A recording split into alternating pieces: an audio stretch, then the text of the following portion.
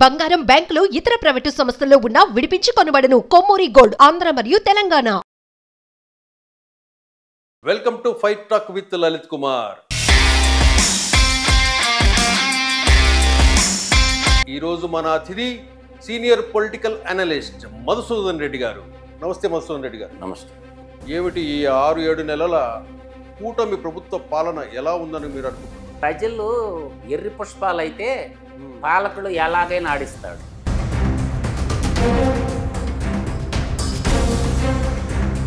అప్పు చేసిందేమో పాలకులు, బాధితులేమో ప్రజలు. ఇటువంటి సందర్భాలు ఉన్నప్పుడు చెప్పు తీసుకొని ఎవరిని కొట్టాలా నేను అడుగుతుండే డైరెక్ట్గా. చాలా మంచోడు అన్నా, నీకు అతి మంచితనం ఎక్కువ అయిపోయింది అని జగన్మోహన్ రెడ్డి అంటారంట. జగన్మోహన్ రెడ్డి ఎవరు అంటున్నారు? అబద్ధానికి ప్యాంటు సట్టేస్తే వాడే జగన్మోహన్ రెడ్డి. వాడు నోరు తెరిస్తే చెప్పేది అబద్ధాలు. లేపాక్కి సెజ్ తీసుకుంటే 8,884 ఎకరాల కుంభకోణం నేషనల్ బ్యాంకుల్లో పెట్టేసి ఆడా నాకేశారు. తర్వాత నిజాంపట్నం పోర్టు 28,000 ఎకరాల భూములు ఎవరమ్మ మొగుడు సొమ్మని దోచుకున్నారా మీరంతానా? నిమ్మగడ్డ ప్రసాద్, రసల్ ఆల్కైమా.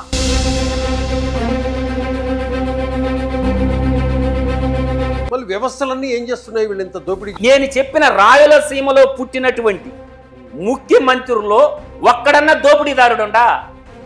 రాయలసీమ గజి దొంగెవడో? రాయలసీమ గజి దొంగెవడో? నువ్వు కాదా?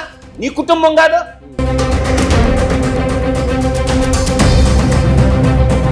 దేశంలో ఈ రాజకీయాలు చూసి, కులాల మధ్య ఈ వ్యత్యాసాలు, ఈ పొల్యూషన్ ఇవన్నీ చూసి కొన్ని కుటుంబాలు ఈ దేశం మాకొద్దు అని చెప్పేసి వెళ్ళిపోతున్నారు. దేశాన్ని దోపిడీ చేసిన ప్రతి కుటుంబం నా కొడుకును వదలను రాసి పెట్టుకోండి లలిత్ గారు. ఈ దేశం కోసం ఎందాకైనా నడుస్తా. ఎందుకంటే ఈ దేశ సంపద లూటీ చేసిన లప్పుట్టుగా లిస్ట్ అంతా మా దగ్గర ఉంది. ఎంత సంపాదించుకుంటారా? ఎన్ని లక్షల కోట్లు లూటీ చేస్తారా? అందరూ వదిలేద్దామంట లలిత్ గారు. మీకోసం స్వతంత్రం తెచ్చింది, మాన ప్రాణాలు త్యాగం పెట్టి ఈ దేశం కోసం స్వతంత్రం తెచ్చింది ఒక లఫుట్టా కొడకల కోసమా? ఇవాళ 10,000 రూపాయల ఉద్యోగం కోసం, 20,000 ఉద్యోగం కోసం, 30,000 ఉద్యోగం కోసం అడుక్కుంటుంది యువత.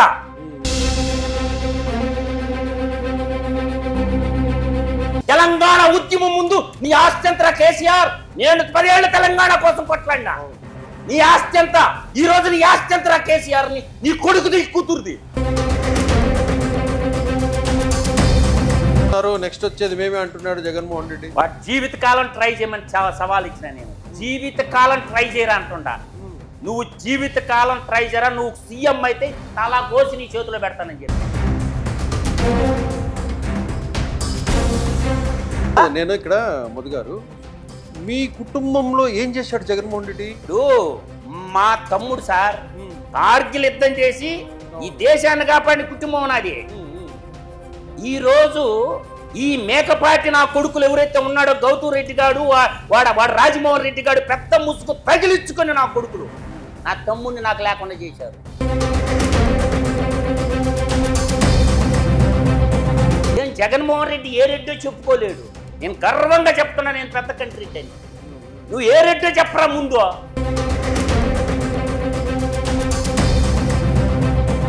ఏంటి, ఎలా ఉన్నారు? బాగానే ఉంది. ఏమిటి ఈ 6-7 నెలల కూటమి ప్రభుత్వ పాలన ఎలా ఉందని మీరు అనుకుంటున్నారు? సరైన దిశగానే అడుగులేస్తా ఉన్నారు. చేసిన అరాచకాన్ని సరిదిద్దాలి కాబట్టి ఎవరికైనా కొంత టైం పట్టద్దు. గత పాలనకి ఇప్పుడున్న జరుగుతున్న పాలనకి చాలా వ్యత్యాసం ఉంది. ఒకవైపు ఏంటంటే చేసిన అరాచకాలన్నీ సరిదిద్దుకుంటూ పాలనని గాడిలో పెట్టాలా, ఇచ్చిన హామీలు నెరవేర్చాలి. అందువల్ల ఏంటంటే ఇప్పుడు స్పీడ్ అందుకున్నది. జనవరి తర్వాత ఇంకా బాగా స్పీడ్ అందుకుంటుంది. అందువల్ల ఏంటంటే ఒక అరాచకవాదికి, ఒక రాజకీయ పరిణితి చెందిన రాజ్యపాలకుడికి ఉన్న తేడా ప్రజలు గమనిస్తున్నారు. అందువల్ల ఏంటంటే పరిపాలన అనేది అంచనా వేయాలంటే అట్లీస్ట్ ఏ ప్రభుత్వానికైనా ఒక 18 నెలలు సమయం తర్వాత అర్థమవుతుంది మంచి చెడులని. అంటే 18 నెలలు అంటే ఆ అంకె ఏంటి స్పెషల్? అది అంటే స్పెషల్ ఏం కాదు లలిత్ కుమార్ గారు. సరిదిద్దుకోవాలంటే కాగ్ రిపోర్ట్ ఒకటి బేస్. ఎప్పుడైనా సరే భారత రాజకీయ చట్రంలో చాలా వ్యవస్థలు ఉంటాయి. శాసన వ్యవస్థ ఒకటే కాదు, మనకి శాసన వ్యవస్థతో పాటు రాజ్యాంగంలో అనుబంధంగా ఉన్న సంస్థలు చాలా ఉన్నాయి. వాటిల్లో కాగ్ చాలా సిన్సియర్గా ఉంటుంది. కాగ్ రిపోర్టే మనకి అంతిమ రిపోర్టు. తర్వాత మనకి ఇప్పుడు సర్వెంట్స్ అంటాం కదా, పబ్లిక్ సర్వెంట్స్ అంటాం. పబ్లిక్ సర్వెంట్స్ అనేది ఎగ్జిక్యూటివ్ బాడీ. ఈ ఎగ్జిక్యూటివ్ బాడీలో ఐఏఎస్, ఐపీఎస్, ఐఆర్ఎస్, ఐఎస్ఎస్ ఇటువంటి అధికారులు ఒక 27 ఇన్స్టిట్యూషన్లకు సంబంధించినటువంటి సెంట్రల్ గవర్నమెంట్ అధికారులు ఉంటారు. వాళ్ళు శాసన వ్యవస్థ ఏదైతే చేస్తారో వాళ్ళు ఎగ్జిక్యూటివ్ చేస్తారు. అంటే శాసన వ్యవస్థలో ఉన్నటువంటి పాలక వర్గం 5 సంవత్సరాలకు ఒకసారి మారిపోతుంటారు. అది ప్రజా తీర్పు ఉంటుంది. తర్వాత మనకి ఈసీఐ ఉంది, ఇది constitution body, election commission of India. So ఈ కాన్స్టిట్యూషన్ బాడీ ఏంటంటే వాళ్ళ పాత్ర ఎంతవరకు అంటే ప్రజాస్వామ్యహితంగా ఎలక్షన్లు నిర్వహించి ఆ రిపోర్ట్ని రాష్ట్ర గవర్నర్కి సబ్మిట్ చేసి వెళ్ళిపోతారు. వాళ్ళ పని వాళ్ళు చేసుకోపోతారు. రాష్ట్రంలో ఉన్నటువంటి ఆర్థిక వ్యవస్థలు, రాష్ట్రంలో చేసిన అరాచకాలు, రాష్ట్రంలో చేసినటువంటి దోపిడీలు వీటన్నిటినీ డేగ కన్నుతో వాచ్ చేసేది కాగ్. సో ఈ కాగ్ రిపోర్ట్ ఏం చేస్తారంటే ప్రతి డిసెంబర్ 31 కల్లా, డిసెంబర్ మాసం కల్లా కాగ్ రిపోర్ట్లు వస్తాయి. ఎందుకంటే ఆల్ డిపార్ట్మెంట్స్ మీకు జూలై ఎండింగ్ కల్లా రిపోర్ట్ ఇవ్వాలి. అంటే వాళ్ళ డాక్యుమెంటేషన్ సబ్మిట్ చేయాలి ఆల్ డిపార్ట్మెంట్స్. తర్వాత కార్పొరేషన్లు ఉన్న అవి కూడా ఇవ్వాలి. అది కాగ్ చేసే పని. వాళ్ళు ఏం చేస్తున్నారంటే ఎక్కడ అవినీతి జరిగింది, ఎక్కడ దోపిడీ జరిగింది, ఎన్ని అప్పులు ఉన్నాయి, ఏమేం చేశారో అన్ని కడిగి పారేస్తారు. సరే, ఆ కాగ్ రిపోర్ట్ని బేస్ చేసుకొని కేసులు రిజిస్టర్ చేసి శిక్షించాల్సి ఉన్నటువంటి వాడు ఎవడంటే గవర్నర్. అంటే గవర్నరు ఉత్సవ విగ్రహం లాగా తయారైపోయాడు. ఇప్పుడు మీరు ఏ రాష్ట్ర అసెంబ్లీలైనా చూడండి, నా ప్రభుత్వం అంటాడు గవర్నర్, మా ప్రభుత్వం అంటాడు. అన్నప్పుడు నువ్వు జీతం తీసుకున్నటువంటి జీతగాడిగా ఉంటావా, రాజ్యాంగ పరిరక్షకుడిగా ఉంటావా? అంటే గవర్నర్ ఎందుకు కేసులు రిజిస్టర్ చేయడు? అంటే కాగ్ ఇచ్చిన రిపోర్ట్ని బేస్ చేసుకుని కేసులు ఎవరు రిజిస్టర్ చేయాలా? ఏ రాష్ట్ర ప్రభుత్వమైనా, జాతీయ స్థాయిలో భారతీయ ప్రభుత్వమైనా సరే కాగ్ రిపోర్ట్ ఒకప్పుడు కాగ్ను చూస్తే భయపడేవాళ్ళు. కానీ ఈరోజు మనం ఎలక్షన్ కమిషన్ ఆఫ్ ఇండియాలో టిఎన్ శేషన్ అని ఉన్నాడు. అన్ని రాజకీయ పార్టీ నాయకులకి టిఎన్ శేషన్ చూస్తే ఇది పడేది.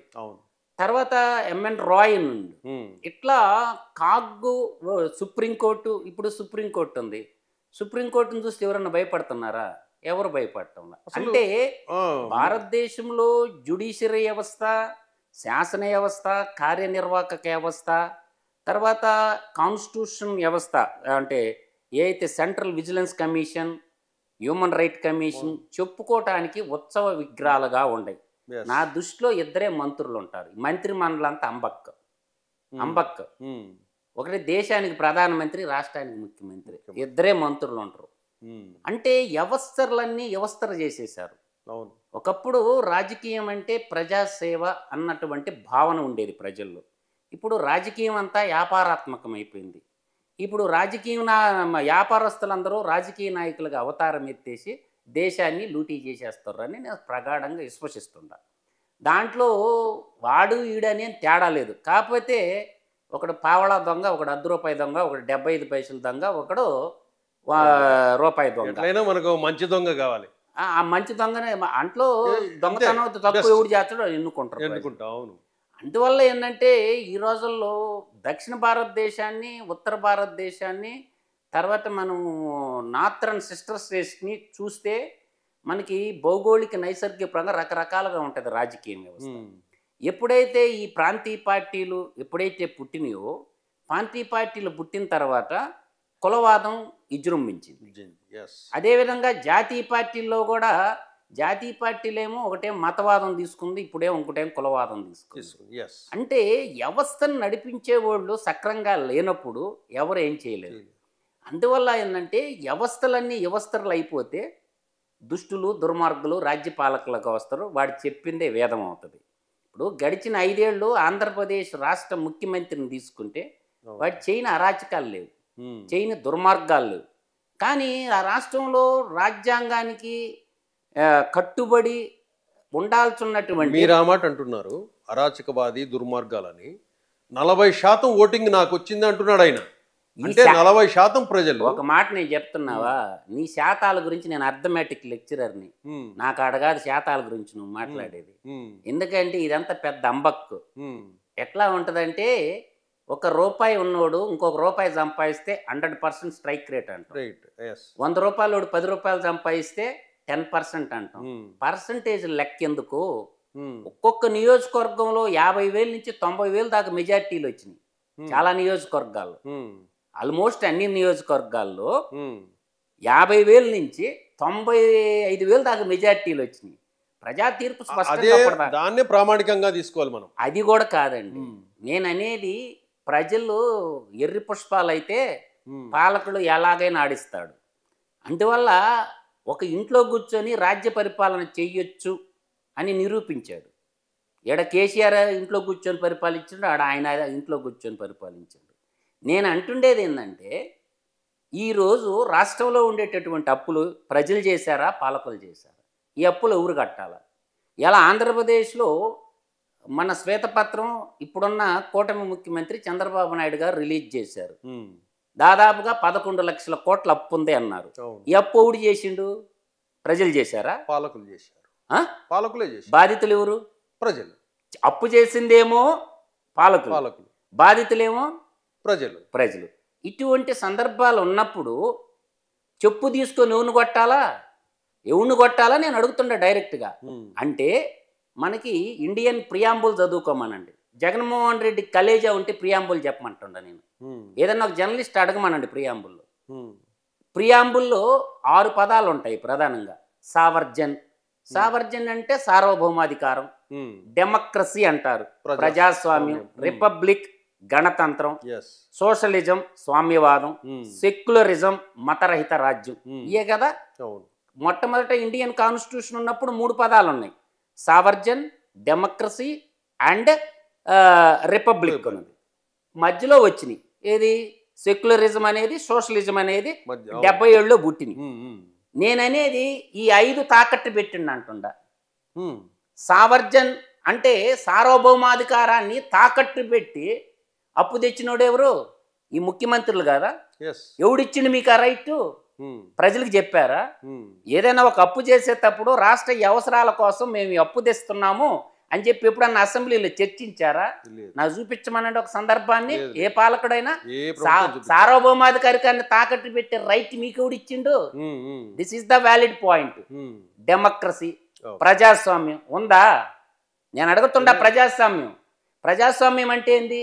ప్రజల చేత ప్రజల కొరకు ఎన్నుకోబట్టమే ప్రజాస్వామ్యం గొప్పతనం. ద బ్యూటీ ఆఫ్ డెమోక్రసీ అంటారు. మీరు 175 మంది ఎమ్మెల్యేలు గుచ్చుకొని మీరు మాట్లాడుకుంటే సరిపోద్దా? ప్రజలను అడగరా? ప్రజల్లో లాయర్లు ఉంటారు, డాక్టర్లు ఉంటారు, ఆడిటర్లు ఉంటారు, ప్రజలు ఉంటారు. ఏదన్నా ఒక చట్టం చేసేటప్పుడు ప్రజలను అడగరా? ఒక తీర్మానం చేసేటప్పుడు ప్రజలను అడగరా? అంటే మీ ఇష్టం వచ్చినట్టు చట్టాలు వీళ్ళు ఎట్లా ఉన్నారంటే మాకు ఓట్లు వేశారు, మమ్మల్ని ఏమైనా చేసుకోమనే దానికి లైసెన్స్ ఇచ్చినట్లు అనే భావనలో మొన్నటి వరకు జగన్మోహన్ రెడ్డి గారు కూడా అదే విధంగా ప్రవర్తించారు. మొన్నటి వరకు కాదు, ఇప్పుడు కూడా అంతే. మీరు వాళ్ళ భ్రమల్లో ఉన్నారు. ఎప్పుడైనా అంతే, రాజ్యపాలన ఎప్పుడైనా అంతే. ద బ్యూటీ ఆఫ్ డెమోక్రసీ అంటే పీపుల్ రిప్రజెంటేషన్ ఎవరు? ఒక 2,30,000 నుంచి 2,60,000 మంది ఓటర్లకు ఒక ఎమ్మెల్యేని ఎన్నుకుంటారు. ఆ ప్రజల తరపున ప్రజల అవసరాలు తీర్చాలని. ఓటేసే ముందేమో వంగి దండం పెడతాడు ఇంటింటికి పోయి. పిల్లోళ్ళు ముడ్డిలు కూడా కడగతారు అవసరం అయితే. టీ కొట్టి కాడ టీ కొడతాడు. ఆ 5 ఏళ్ళేమో వాడింటికి ఇళ్ళు పోవాలా. అంటే ఇప్పుడు జీతం నెల ఇస్తున్నారు కదా పబ్లిక్. పోయి నెల వచ్చేళ్ళకి నువ్వు అకౌంట్ లోంచి డ్రా చేసుకుంటున్నావుగా. ప్రజల కాడికి నువ్వు పోయి వాళ్ళ అవసరాలు కనుక్కోవాలా, నీ కాడికి ప్రజలు రావాలా? ఇప్పుడు గెలిచిన ఎమ్మెల్యేలు ఎవడన్నా సరే నెల శాలరీ తీసుకుంటున్నాడు. ఆ గ్రామాలకు పోయి గ్రామ సభ పెట్టి మీ ఊరు గ్రామాల అవసరాలు ఏమన్నా ఒక్కడన్నా అడుగుతుండా? ఒకటి పేరు నాకు చెప్పండి, ఒకటి పేరు నాకు చెప్పని అంటుండా. అంటే నెలొచ్చాలకే 5 లక్షలు అన్ని అంటే శాలరీ కాకుండా అలివెన్సెస్ అన్ని కలిపి 5 లక్షలు నాకేస్తుండగా ప్రజా సొమ్ము 60 లక్షలు సంవత్సరానికి వేసుకుంటే 5 సంవత్సరాల్లో 3 కోట్ల రూపాయలు ప్రజల సొమ్ము నువ్వు నాకేస్తుండగా. అంటే ఎమ్మెల్యేలందరూ సామంతరాజులుగా, ముఖ్యమంత్రి ఏమో రాజ్యానికి అధినేతగా. యాక్చువల్గా ఏంటంటే పబ్లిక్ సర్వెంట్ల కింద వస్తారు. పబ్లిక్ సర్వెంట్స్ అంటే ఏంటి? ప్రజలకు సేవకులుగా ఉండాలి, ప్రజల్ని బానిసలుగా చేసుకుంటున్నారు. ఇప్పుడు పోలీసు వాళ్ళు ఏమంటున్నారు? పోలీస్ స్టేషన్కి అడిగిపోతే మీ రోట్లేసిన గెలిపించినటువంటి మీ ఎమ్మెల్యేనే చెప్తుండేది చేయమని. అందువని ఎంఆర్ఓ కానీ ఎండిఓ కానీ స్టేషన్ SHO అని ఉంటారు, station house officer, circle inspector అంటారు, మన భారత CI అంటారు. మీరు ఎన్నుకున్న ఆయన చేయమంటుండయా, ఆయన చెప్పినట్టు మేము వింటున్నాం, మీరు మళ్ళీ నా కాడికి వచ్చి మొరపెట్టుకుండేది ఏందంటారు. రూల్ ఆఫ్ లా అనేది సెలెక్ట్ చేసుకున్నది ఎవరు? మీరే. అనుభవించాల్సింది మీరే. స్వచ్ఛందంగా ప్రేమతో గుండెతో చెయ్యేసుకొని ఈరోజు ప్రతి పార్టీ కార్యకర్తలు ఉంటారు, ప్రతి పార్టీకి ఉంటారు, కానీ అల్టిమేట్గా ఎమ్మెల్యే చెప్పిందే జరగద్ది. ఇంకెవరి మాటకి విలువ ఉండదు. గ్రామాధ్యక్షులకి విలువ ఉండదు, మండలాధ్యక్షుడికి విలువ ఉండదు, అడున్న పార్టీలో వర్కర్లకు విలువ ఉండదు. వాడి కింద గులాంగిరి, చెంచాయుగం. ఇప్పుడు మానిశ్రీ కాంశీరామ గారు ఒక నవల రాశాడు, చెంచాయుగం అనే ఒక నవల. అదే మహాత్మా బాపురావు జూతే పూలే గారు ఒక నవల రాశాడు, గులాంగిరి అని. ఎందుకు రాశారనుకుంటుండో? ఈ 2 నవల్లో పిచ్చి పెట్టి రాశారు మేధావులోళ్ళు.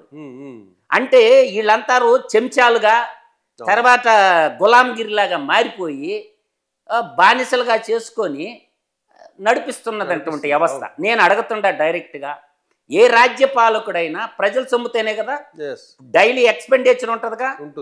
ఈ రోజు డే బై డే ప్రభుత్వ ఎక్స్పెండిచర్ ఎందుకు బయట పెట్టరు? అంటే సంవత్సరానికి ఒక్కసారి అసెంబ్లీలో పెడతారా? ఈ రోజు ప్రభుత్వంకి రాబడి ఎంత, ఖర్చు ఎంత అని ఎప్పుడన్నా ఒక ఎమ్మెల్యే కానీ, ఒక MP కానీ, ఒక మినిస్టర్ కానీ కేవలం ముందుకొచ్చి చెప్పమన్నా ముందుకొచ్చి కనీసం జీవోలు కూడా దాచిపెట్టేవాళ్ళు. నేననేది దాచిపెట్టేది కాదు, ప్రశ్నించేవాళ్ళు లేకుండా నవతరం యువతరం రాజకీయాల్లోకి రాకుండా బస్టు పట్టిన వ్యవస్థని బాగు చేయడానికి ఎవరో ఒకరు కంకణం కట్టుకొని ముందుకు రావాలన్నప్పుడు అదే బురద గుంట్లో నువ్వు దొల్లాడితే బురదను ఊరు శుభ్రం చేయాలా? ఎవడవ్వకుండా శుభ్రం చేయాలి. ఈ రోజు 11 లక్షల కోట్ల అప్పు ఎందుకు అయింది? నేను సింపుల్ గా లాజిక్ చెప్తాను లలిత్ గారు. ఎంత మాయ అంటే ఇది ఎంత కూడా సింపుల్ గా నిర్మలా సీతారామన్ గారు పార్లమెంట్ లో ఒక మాట చెప్పద్ది, దేశ ఫైనాన్స్ మంత్రి గారు, ఆంధ్రప్రదేశ్ అప్పుల గురించి. సేమ్ ఎట్ అ టైము రాష్ట్రంలో 97 కార్పొరేషన్లు ఉండి ఆ 97 కార్పొరేషన్ల అప్పు ఎంతో చెప్పాలిగా, వాళ్ళు అడగాలిగా. అంటే FRBM చట్టం పనిచేసిందా? సమాచార హక్కు చట్టం పనిచేసిందా?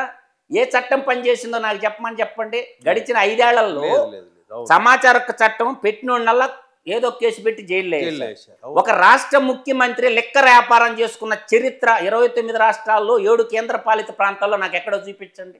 అంటే మద్యపాన నిషేధం అని చెప్పి గద్దె నెక్కిన తర్వాత రాష్ట్ర ముఖ్యమంత్రి లిక్కర్ వ్యాపారం చేసుకున్నటువంటి ఏకైక వ్యక్తి ఈ కలికాల కాకరి గారు, ఈ పులివెందల పాబ్లో ఎస్కోబారు. అందువల్ల ఇటువంటి వ్యక్తులు రాజ్యపాలకులుగా ఎన్నుకున్నది ప్రజలు. ఇప్పుడు ఈరోజు చూస్తున్నాం కదా, ఆ మాట అంటారు, నేనేమో అబద్ధాలే చెప్పను, నా అంత మంచితనము నా అంత నిజాయితీ పనికిరాదని మా వాళ్ళు అంటారు, నువ్వు చాలా మంచోడు అన్నా, నీకు అతి మంచితనం ఎక్కువైపోయింది అని జగన్మోహన్ రెడ్డి అంటారంట. జగన్మోహన్ రెడ్డి ఎవరు అంటున్నారు?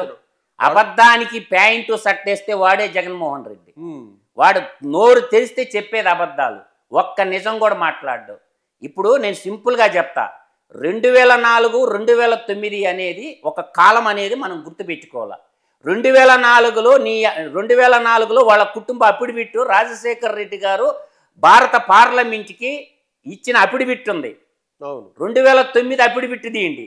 ఎక్కడి నుంచి వచ్చింది డబ్బంతా? మీకు రాజకీయాన్ని అడ్డం పెట్టుకొని అప్పుడు సెజ్ అని ఒక పాలసీ వచ్చింది, స్పెషల్ ఎకనామిక్ జోన్ అని. ఈ స్పెషల్ ఎకనామిక్ జోన్ పాలసీలో 11 సెజ్జులు వచ్చినాయి ఉమ్మడి ఆంధ్రప్రదేశ్కి. 11 సెజ్జుల్లో 2012 మార్చి 31వ తేదీన కాగ్ ఒక రిపోర్ట్ ఇచ్చింది. ఏమిచ్చిందో చెప్పనా? 5,26,000 ఉద్యోగాలు క్రియేట్ చేస్తామని చెబితే 26,000 ఉద్యోగాలు కూడా ఇవ్వలేదు, 4 సెజ్జల్లో 0 ఎంప్లాయ్మెంట్ అని చెప్పి చెజ్జులు ముసుగు తగిలించుకొని నాకేసారు నేషనల్ బ్యాంకుల్ని, రాష్ట్ర ప్రజల సంపదని. దానికి తార్కానే ఎగ్జాంపుల్ చెప్తాను నేను. భారతీయ సిమెంట్ 1,00,000 రూపాయలు ఎకరా, రఘురామ్ సిమెంట్ గా ఉండి భారతీయ సిమెంట్ గా పరిమాణ క్రమం చెందింది అది. అవును. ఆ గనులు వచ్చి గనులు లూటీ చేసిన ఘటోత్కచుడు లాంటివాడు. ఎట్లా అంటే 2000 ఎకరాలు. ద వాట్సాప్ mines value 6000 crores. That present the value of Bharatiya cement 20,000 కోట్లు. ఒక్క రూపాయి పెట్టుబడి పెట్టకుండా ఈ భారతదేశంలో 20,000 కోట్లు సంపాదించిన ఒకే ఒక్కడు ఈ పులివెందల పాపులో ఎస్కోబారు, ఈ కలికాల కాకరిగాడు, ఈ కలికాల జగనాసురుడు. ఇది నిజమా అబద్ధమా? 1,00,000 రూపాయలకు అక్కడున్న భూములు ఎవరి? ఎస్సీలు, ఎస్టీలు, బీసీలు భూములు. తండ్రి అధికారాన్ని అడ్డం పెట్టుకొని ఒక్క భారతీయ సిమెంట్ గురించే చెప్పాను నేను. లేపాక్కి సెజ్ తీసుకుంటే 8,884 ఎకరాల కుంభకోణం నేషనల్ బ్యాంకుల్లో పెట్టేసి ఆడా నాకేశారు. తర్వాత నిజాంపట్నం పోర్టు 28,000 ఎకరాల భూములు ఎవరమ్మ మొగుడు సొమ్మని దోచుకున్నారా మీరంతానా? నిమ్మగడ్డ ప్రసాద్, రసల్ ఆల్ ఖైమా ఈ విధంగా చెప్పుకుంటూ పోతే తండ్రి అధికారంలో ఉన్నప్పుడు దోచిన భూములు లిస్టు తీయండి ఒకసారి. నిన్నగాక మొన్న ఈయన ముఖ్యమంత్రిగా ఉంటూ ఇండోసోల్ పవర్ ప్రాజెక్టుకి 25,000 ఎకరాలు కేటాయించిండు. అర్థం చేసుకోండి. తర్వాత మీకు ఇంకా చెప్పాలంటే నేను దళితులకు మేనమామ అంట కంసమామగా మారిన ఒక ఉదంతం ఏంటంటే సరస్వతి సిమెంట్స్ అండ్ పవర్. ఈ సరస్వతి భూములన్నీ ఎస్సీలు, ఎస్టీలు, లంబాడీలు, మాదిగ కమ్యూనిటీ ఉన్నటువంటి దాచేపల్లి మండలంలో ఎక్కడో నువ్వు బెంగళూరులో సండూరు పవర్ ప్రాజెక్టులో 5 మెగావాట్ల పవర్ ప్రాజెక్టు పెట్టుకున్నాడు. ఏడ భూములు ఎట్టొచ్చినాయి నీకు? అంటే నీ దగ్గర భూములు డబ్బులుంటే ఏమి అక్కడ ఏంటంటే NMDC అని ఒక సంస్థ ఉంటుంది లలిత్ గారు, నేషనల్ మినరల్ డెవలప్మెంట్ కార్పొరేషన్. వాళ్ళ కానించి రిపోర్ట్ కొట్టేసి దానికి ఎంత కష్టంలో మినరల్స్ ఉన్నాయని తెలుసుకొని 1,00,000కి 2,00,000కి 3,00,000కి అట్ట 8 లక్షల దాకా పేద ప్రజల్ని మోసం చేసి ఇంటికి ఒక ఉద్యోగం ఇస్తామని చెప్పి అసలు సరస్వతి సిమెంట్ అనే బ్యాగ్ ఉందా ఉభయ రాష్ట్రాల్లో? పవర్ ఉందా? లేని పవర్ ప్లాంట్ కి కృష్ణానదిలో నీళ్లు ఆపు TMC కేటాయించుకున్నాడు. అంటే ఇది దోపిడీ అవుపాళ్ళ. అంటే తండ్రే కూతుర్ని అనుభవించినట్టు అన్నమాట. రాష్ట్ర పాలకుడే 1,559 ఎకరాల భూములు కొట్టేస్తే భూసేకరణ చట్టం ఏం చెప్తానని నేను అంటుండా. ఎందుకు రద్దు చేశారు? 50 కుటుంబానికి 54 ఎకరాల మించి ఉండకూడదు అన్నారు. ఈ సెజ్జు పాలసీ అంతా కూడా స్పెషల్ ఎకనామిక్ జోన్ పాలసీ అంట నయా భూస్వామి వ్యవస్థకి రూపశిల్పం అన్నమాట. ఇవాళ ఏం చేశారంటే సెజ్జులు ముసుగు, ఫ్యాక్టరీలు ముసుగు తగిలించుకొని భూములు కొట్టేయటం. ఇవాళ గొప్ప నాయకుడు రాయలసీమ నుంచి దామోదరం సంజీవి గారు. మొట్టమొదట ఉమ్మడి రాష్ట్రానికి ముఖ్యమంత్రి ఎవరు? నీలం సంజీవ్ రెడ్డి. ఉమ్మడి రాష్ట్రానికి ఆంధ్ర రాష్ట్రానికి ఉమ్మడి రాష్ట్రంలో మొట్టమొదటి ముఖ్యమంత్రి అనంతపురం జిల్లా వాసి నీలం సంజీవ్ రెడ్డి.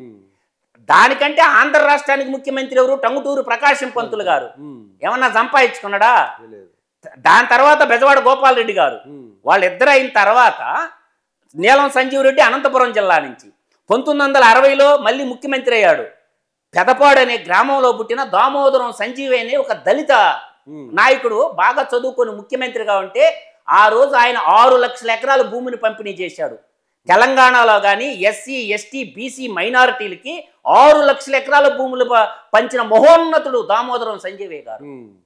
ఆయన రాయలసీమ. అగైన్ మళ్ళీ ముఖ్యమంత్రి అయింది ఎవరు? రాయలసీమ నుంచి నీలం సంజీవ్ రెడ్డి గారు అయ్యారు. అదే రాయలసీమ నుంచి కోట్ల విజయభాస్కర్ రెడ్డి 2 సార్లు ముఖ్యమంత్రి అయ్యాడు. అదే రాయలసీమ చిత్తూరు జిల్లా నుంచి మీకు ఇప్పుడున్నటువంటి నారా చంద్రబాబు నాయుడు గారి నల్లారి కిరణ్ కుమార్ రెడ్డి గారు కానీ ముఖ్యమంత్రిగా చేసినారు. నేను చెప్పిన రాయలసీమలో పుట్టినటువంటి ముఖ్యమంత్రుల్లో ఒక్కడన్నా దోపిడీదారుడుండా? రాయలసీమ గజ దొంగెవడం, రాయలసీమ గజ దొంగెవడం నువ్వు కాదా? నీ కుటుంబం కాదు? ఎవడు చెప్తాడు కాకల బుల్ స్టోరీలు? నీకు రాజకీయమే పెద్ద వ్యాపారం. మళ్ళీ వ్యవస్థలన్నీ ఏం చేస్తున్నాయి వీళ్ళు ఇంత దోపిడీ? అందువల్ల నేను అంటుండేది ఏంటంటే చాణక్య అర్ధనీతి తెలిసి ఉండాల. చాణక్య రాజనీతి మనకు కానీ తెలిస్తే చాణక్యుడు ఎప్పుడో చెప్పాడు నిన్ను కాపాడుతుండేది ఎవరో? కేంద్రంలో ఉన్న నిర్మలా సీతారామన్ గారు చెప్పాడు మోడీ గారికి దత్తపుత్రుడు అని మాట్లాడింది ఎవరు? దేశ ఫైనాన్స్ మంత్రి నిర్మలా సీతారామన్ గారు చెప్పారు మోడీ గారికి దత్తపుత్రుడు అని. అందువల్ల ఈ రోజు చెరబట్టిర్రు అన్ని వ్యవస్థల్ని. ఈ రోజు ఈ 11 సిబిఐ కేసులు 9 ఈడీ కేసుల్లో ఏమన్నా ముద్దాయిగా ఉన్నటువంటి వ్యక్తి 11 సంవత్సరాల నుంచి బయట తిరుగుతుండంటే హౌ ఇట్ ఈస్ పాసిబుల్? ఇదే ప్రజలంతా ఏం చేస్తున్నారు? ఇదే ప్రజలకేం ప్రజలు కాదండి, న్యాయ వ్యవస్థ సక్రమంగా లేనన్ని రోజులు, ఎవడు ఏం చేయలేడు. భారతదేశంలో న్యాయము ఎత్తుక్కోవాల్సి వస్తుంది. ఇది సిజేఐ గారికి అర్థం కావటంలా. ఏం చేయాలంటే ఎప్పుడైతే పాలనా వ్యవస్థ అనేది పట్టుదప్పుతో, మీరు అందరూ అనుకుంటారు, చాలా మంది ఏమంటారంటే సిబిఐ స్వతంత్ర దర్యాప్తు కానే కాదు. చాలా మంది తప్పుదావ పట్టిస్తారు ప్రజల్ని, సమాజాన్ని. CBI central bureau of investigation అనేది కేంద్ర హోంశాఖ కింద ఉంటది. ఎన్ఫోర్స్మెంట్ డైరెక్టరేట్ అనేది, ఈడీ అనేది కేంద్ర ఫైనాన్స్ మంత్రి కింద ఉంటది. అవి స్వతంత్ర సంస్థలు కాదు. వాళ్ళు ఉసుకోమంటే ఉసుకో, కూర్చోమంటే కూర్చో. నేను మొట్టమొదటి నుంచి మొత్తుకుంటుండా, ఈ రాజ్యాన్ని పరిరక్షించాలా, భారతదేశాన్ని సరైన దారిలో పెట్టాలంటే రాష్ట్రంలో ఉన్న కేంద్ర స్థాయిలో సుప్రీంకోర్టు కిందకి ED, CBI, election commission of India, CAG, central vigilance commission, ఈ యూనియన్ పబ్లిక్ సర్వీస్ కమిషను, ఇవన్నీ సుప్రీంకోర్టు కిందకి రావాలా. ఏదైనా రాష్ట్ర ప్రభుత్వంలో అవినీతి జరిగినప్పుడు వాళ్ళు ఒక లెటర్ పెట్టుకోవాలి ప్రభుత్వం, అమ్మా ఈ శాఖలో అవినీతి జరిగిందని చీఫ్ జస్టిస్ ఆఫ్ ఇండియాకి ఒక లెటర్ పెడితే వాళ్ళు దర్యాప్తు సంస్థను ఆదేశిస్తే వాళ్ళ మీద ఇంకా ప్రెజర్ ఉండదు. వాళ్ళపై దర్యాప్తు చేస్తారు, సుప్రీంకోర్టు సిజేఐ గారికి ఇస్తారు, అయిపోద్ది సినిమా. అంటే పనిచేసే వ్యవస్థలన్నీ ఇలా కాలి కింద పెట్టుకొని ప్రధానమంత్రి కింద, రాష్ట్ర ముఖ్యమంత్రి కింద, ఇప్పుడు దేశ స్థాయిలో అదే విధంగా రాష్ట్ర స్థాయిలో ఉంటుంది. సిఐడి కానీ, ఏసీపీ కానీ, తర్వాత మీకు విజిలెన్స్ కానీ, స్టేట్ విజిలెన్స్ కానీ, తర్వాత ఇన్కమ్ ట్యాక్స్ ఉంది, ఇన్కమ్ ట్యాక్స్ డిపార్ట్మెంట్ ఉంది. నేను ఒకటి అడుగుతుండా, ఎలక్షన్ కమిషన్ ఆఫ్ ఇండియా అఫిడవిట్లు తీసుకున్నారుగా, స్వచ్ఛందంగా ఏ రోజైనా ఇన్కమ్ ట్యాక్స్ డిపార్ట్మెంట్ కి ఒక్క అఫిడవిట్ మీద ఎంక్వైరీ చేయించిందా? ఎవరన్నా కంప్లైంట్ చేస్తే గానీ ఎంక్వైరీ చెప్పారా? పోనీ వాళ్ళు చేయటంలా. మీకు ఇంకా రహస్యం చెప్తా, వాళ్ళకి ఇచ్చిన అఫిడవిట్టే కాదు, ప్రతి అఫిడవిట్ స్పీకర్ దగ్గర ఉంటది. రాష్ట్ర శాసనసభలో స్పీకర్ కాడ ఉంటది, కేంద్రంలో స్పీకర్ కాడ ఉంటది. రాష్ట్రపతి అధికారాలు కానీ, గవర్నర్ అధికారులు కానీ సేమ్ గా ఉంటాయి. ఆర్టికల్ 32 కింద సుప్రీంకోర్టు పనిచేస్తుంది, ఆర్టికల్ 226 కింద రాష్ట్ర హైకోర్టు పనిచేస్తుంది. ఎవరికి చెప్తారు ఈ కబుర్లన్నీ? అందువల్ల నేననేది ఏంటంటే, ఇప్పుడు ఆ అఫిడవిట్లు అయితే స్పీకరు, ఇప్పుడు ఆంధ్రప్రదేశ్లో 175 మంది ఎమ్మెల్యేలు ఉన్నారు కదా, ఆ అఫిడవిట్ల మీద ఇన్కమ్ ట్యాక్స్ డిపార్ట్మెంట్ ఎంక్వైరీ చేయ, ఎక్కడెక్కడ ఉండే ఈ నిజమా అబద్ధమని ఎంక్వైరీకి ఆదేశించిండు మన స్పీకరా? పోనీ తెలంగాణలో స్పీకర్ ఆదేశించిండా? లోక్సభలో స్పీకర్ ఆదేశించిండా? ఎవరు ఆదేశించాలా? నేను ఇచ్చినా ఏదో ఒకటి, దాని మీద ఎంక్వైరీ ఎవరు చేయాలా? ఆ సంబంధించిన శాఖలు చేయాలా, ఇది నిజమా అబద్ధమా అని చెప్పి. ఇన్కమ్ ట్యాక్స్ డిపార్ట్మెంట్ ఎంప్లాయ్మెంట్ ఏరే, ఇప్పుడున్న ఎంప్లాయ్మెంట్ ని 10 రెట్లు పనిచేసిన పని ఉంది ఇన్కమ్ ట్యాక్స్ లో. అందువల్ల ఏంటంటే వ్యవస్థలన్నీ వ్యవస్థలు చేసి పెట్టుకొని దుర్మార్గమైనటువంటి పరిపాలన చేస్తా, ముష్టి పథకాలు ప్రజలకు ఇస్తా, సంక్షేమ రాజ్యము ఎప్పుడు సంక్షోభానికి దారి తీస్తుందని మేము మొట్టమొదటి నుంచి చెప్తున్నాం. ఈ సంక్షేమ పథకాలు అనేవి ఓట్లు కొనే పథకాలు. చేపలు పట్టేది నేర్పియాలి కానీ చేపల కూర వండి నోట్లో పెట్టకూడదు ప్రభుత్వాలు. అది పద్ధతి కాదు. ఎందుకు ఏ ప్రభుత్వాన్నైనా నేను ఇంత వాడుకున్నానని ఎవరన్నా చెప్పిండు ముఖ్యమంత్రి? పర్సనల్ ఎక్స్పెండిచర్ చెప్పమను, మంత్రులు చెప్పమను. ఎందుకు చెప్పరు మీ పర్సనల్ ఎక్స్పెండిచరు? ఇంకొకటి కూడా ఉంది ముచ్చట లలిత్ గారు, 1000 రూపాయల పైన కన్సాలిడేట్ ఫండ్లో నుంచి వాడుకోవాలంటే అసెంబ్లీ ఆమోదం చెందాలి. గవర్నర్కి తెలియదా? అంటే అసెంబ్లీ ఆమోదం లేకుండా నీ ఇష్టం వచ్చినట్టు కన్సాలిడేట్ ఫండ్లు డబ్బులు వాడేయచ్చా? తప్పు అనిపించటంలా, సిగ్గు అనిపించటంలా గవర్నర్లు ఉండరు. గవర్నర్ విధి విధానాలు ఏంటంటే విశ్వవిద్యాలయాన్ని ఊరి కింద ఉంటాయండి, అండర్ గవర్నర్ కింద ఉంటుంది యూజీసీ, యూనివర్సిటీ గ్రాంట్ కమిషన్. ఏ విశ్వవిద్యాలయాలకు పోయి క్లాసులు చెప్పిండండి గవర్నరు? నువ్వు కట్టలు కట్టే పని ఏంది? నిన్ను బరాయిస్తున్నది ఎవరు? రాష్ట్ర ప్రజలు. కాబట్టి నువ్వు ఏ విశ్వవిద్యాలయానికి పోయి గైడ్ లైన్స్ ఇవ్వాల్సిన బాధ్యత గవర్నర్కి లేదా లలిత్ గారు? బాధ్యత నిర్వర్తిస్తుండ గవర్నరు? అంటే అన్ని వ్యవస్థలు రాజకీయ వ్యవస్థ చెరబట్టుంది. అందుకనే నేను చెప్తున్నాను, ఇవాళ పోర్టులు తీసుకున్నా, ఎయిర్పోర్టులు తీసుకున్నా, షెడ్యూల్ తీసుకున్నా, ఈ భూములన్నీ ఎవరేయండి? భారతీయ ప్రజలు. ఆ ప్రజలు భూములు ఆక్యుపై చేసుకొని నేషనల్ బ్యాంకుల నుంచి లోన్లు తెచ్చుకొని దేశ సంపదను లూటీ చేస్తుంది ఎవరు? తెల్లోళ్ళు కొద్దిగా ఎత్తుకో మీరు లలిత్ కుమార్ గారు. 250 ఏళ్ళు బ్రిటిష్ వాళ్ళు పరిపాలిస్తే భారతదేశాన్ని కొద్దిగా గొప్పలో కొంచెం మిగిలి వాళ్ళు కట్టిన కన్స్ట్రక్షన్ మన కళ్ళ ముందు కడుతున్నాయి. మనం కడితే 3 రోజులు కూలిపోతున్నాయా? నిన్న కాక బీహార్లో బ్రిడ్జి కడితే ఏమైందా? కళ్ళ ముందు కుప్ప కూలిపోయింది. కాళేశ్వరం డ్యామ్ అయిందా? గోదావరిలో పగిలిడిచిపోయింది. అంటే ఏమైంది? కాళేశ్వరం కట్టినోడు ఎటుపోయిండో? దీనికి ఎట్లా మనం అడ్డుకట్ట ఎట్లా వేయాలంటారు? దీనికి అడ్డుకట్ట వెయ్యాలంటే నేను చెప్పినదా వ్యవస్థలన్నీ వ్యవస్థలు అయిపోయినాయి. వ్యవస్థలు స్వచ్ఛందంగా ఇప్పుడు ఒక సామాన్యుడు 2 వాయిదాలకో 3 వాయిదాలకు పోకపోతే బెయిల్ బిల్ వారెంట్ ఇష్యూ చేస్తారా? తర్వాత మళ్ళీ దానికి కూడా స్పందించకపోతే నాన్ బెయిల్ బిల్ వాడిని పట్టకరమ్మంటారా? 3041 సార్లు సిబిఐ కోర్టుకి రాకపోతే జగన్మోహన్ రెడ్డి ఇంటికి బీకిందని అడుగుతుండ భారత న్యాయ వ్యవస్థ. ఎన్నిసార్లు? 3041 సార్లు వాయిదాకు రాకపోతే భారత న్యాయ వ్యవస్థ జగన్మోహన్ రెడ్డి ఇంటికి బెరికిందని నేను అడుగుతుండా. ఇంకా న్యాయం బతికున్నట్ట చచ్చినట్ట? 3041 సార్లు ఒక ముద్దాయి A1 ముద్దాయి ఈడీ సిబిఐ కేసుల్లో కోర్టుకు అటెండ్ కాకపోతే వాడి ఇంటికి బెరికిందని అడుగుతున్న భారత న్యాయ వ్యవస్థ నేను. ఇది ఘనమైన గణతంత్రం. అంటే ప్రపంచంలో నాకు తెలిసి ఎవరు ఏ ముద్దాయి ఈ విధంగా వెసులుబాటు కల్పించుంటారు న్యాయ వ్యవస్థ. నేను అనేది ఏంటంటే చెడు కూడా ఆడుకుంటుండవు జగన్మోహన్ రెడ్డి న్యాయ వ్యవస్థతోటే. అందువల్ల న్యాయ వ్యవస్థ సిగ్గుతో తలదించుకుంటుంది. ఇవాళ మనం చేసిన అవినీతి ఆంధ్ర టు అమెరికా దాకా పోయి ఉంది. ఆడ జడ్జిమెంట్ వస్తుందేమో కానీ ఈ జడ్జిమెంట్ వచ్చేటట్టు లేదు. నిన్న మేల్కొన్నట్టుండ ఒక ఆయన, ఒక జడ్జి గారు బొయ్యోన్ గారు 13వ తేదీ కల్లా నాకు ఇచ్చేయండి అయ్యా ఇవ్వమన్నారు. అంటే 11 ఏళ్ళు నిద్రపోయారా? 11 ఏళ్ళు నిద్రపోయిండా? అందువల్ల ఏంటంటే ఒకటి గుర్తుపెట్టుకోండి లలిత్ గారు, వ్యవస్థలన్నీ బస్టు పట్టిపోయినప్పుడు గుర్తుపెట్టుకోండి, రాజశేఖర రెడ్డికి సోషల్ జస్టిస్ అంటారు, నేచురల్ జస్టిస్ అంటారు. నన్నేమి చేయలేడని అహంతో ఎర్రవేగతుంటే కాలచక్ర భ్రమణంలో కాలుడు కాటేసిండు. నిన్ను కేంద్ర ప్రభుత్వం నీ చేతిలో ఉందరా, రాష్ట్ర ప్రభుత్వం నువ్వు ఎట్టాడించమంటే అట్టాడిస్తారో, కాబట్టి నిన్ను ఏ కోర్టు ఏం చేయలేదు అని చెప్పి మహామేతగాడిని నేచురల్ జస్టిస్ ప్రకృతి తొక్కి పాడేసింది. అందువల్ల నిన్ను ఎవడు చూడలేదు అనుకోబాకు. కాలం అనేది ఒకటి ఉంది, అదైనా పనిష్మెంట్ ఇస్తుంది. న్యాయమూర్తులు నిన్ను పనిష్మెంట్ చేయకపోబట్టు మహామేత కాస్త మహానేత చేసింది ఎవరు? అందువల్ల ఏంటంటే ఈ కాకల బుల్లు స్టోరీలు ఎవడు కాడన్న చెప్పమన్ను. ఇవన్నీ కూడా భారతదేశం భారతీయ విషయంలో నేటి నవతరం యువతరం IIM IIT చదువుకొని బతుకుని ఎతుక్కుంటూ ఇతర దేశాలకు వెళ్ళిపోతున్నారు.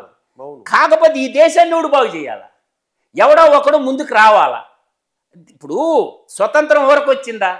ఎంతో మంది త్యాగదనులు తన మాన ప్రాణాలు ప్రణంగా పెడితే ఈ దేశానికి స్వతంత్రం వచ్చింది. గారు నేను క్వశ్చన్ చెప్తా.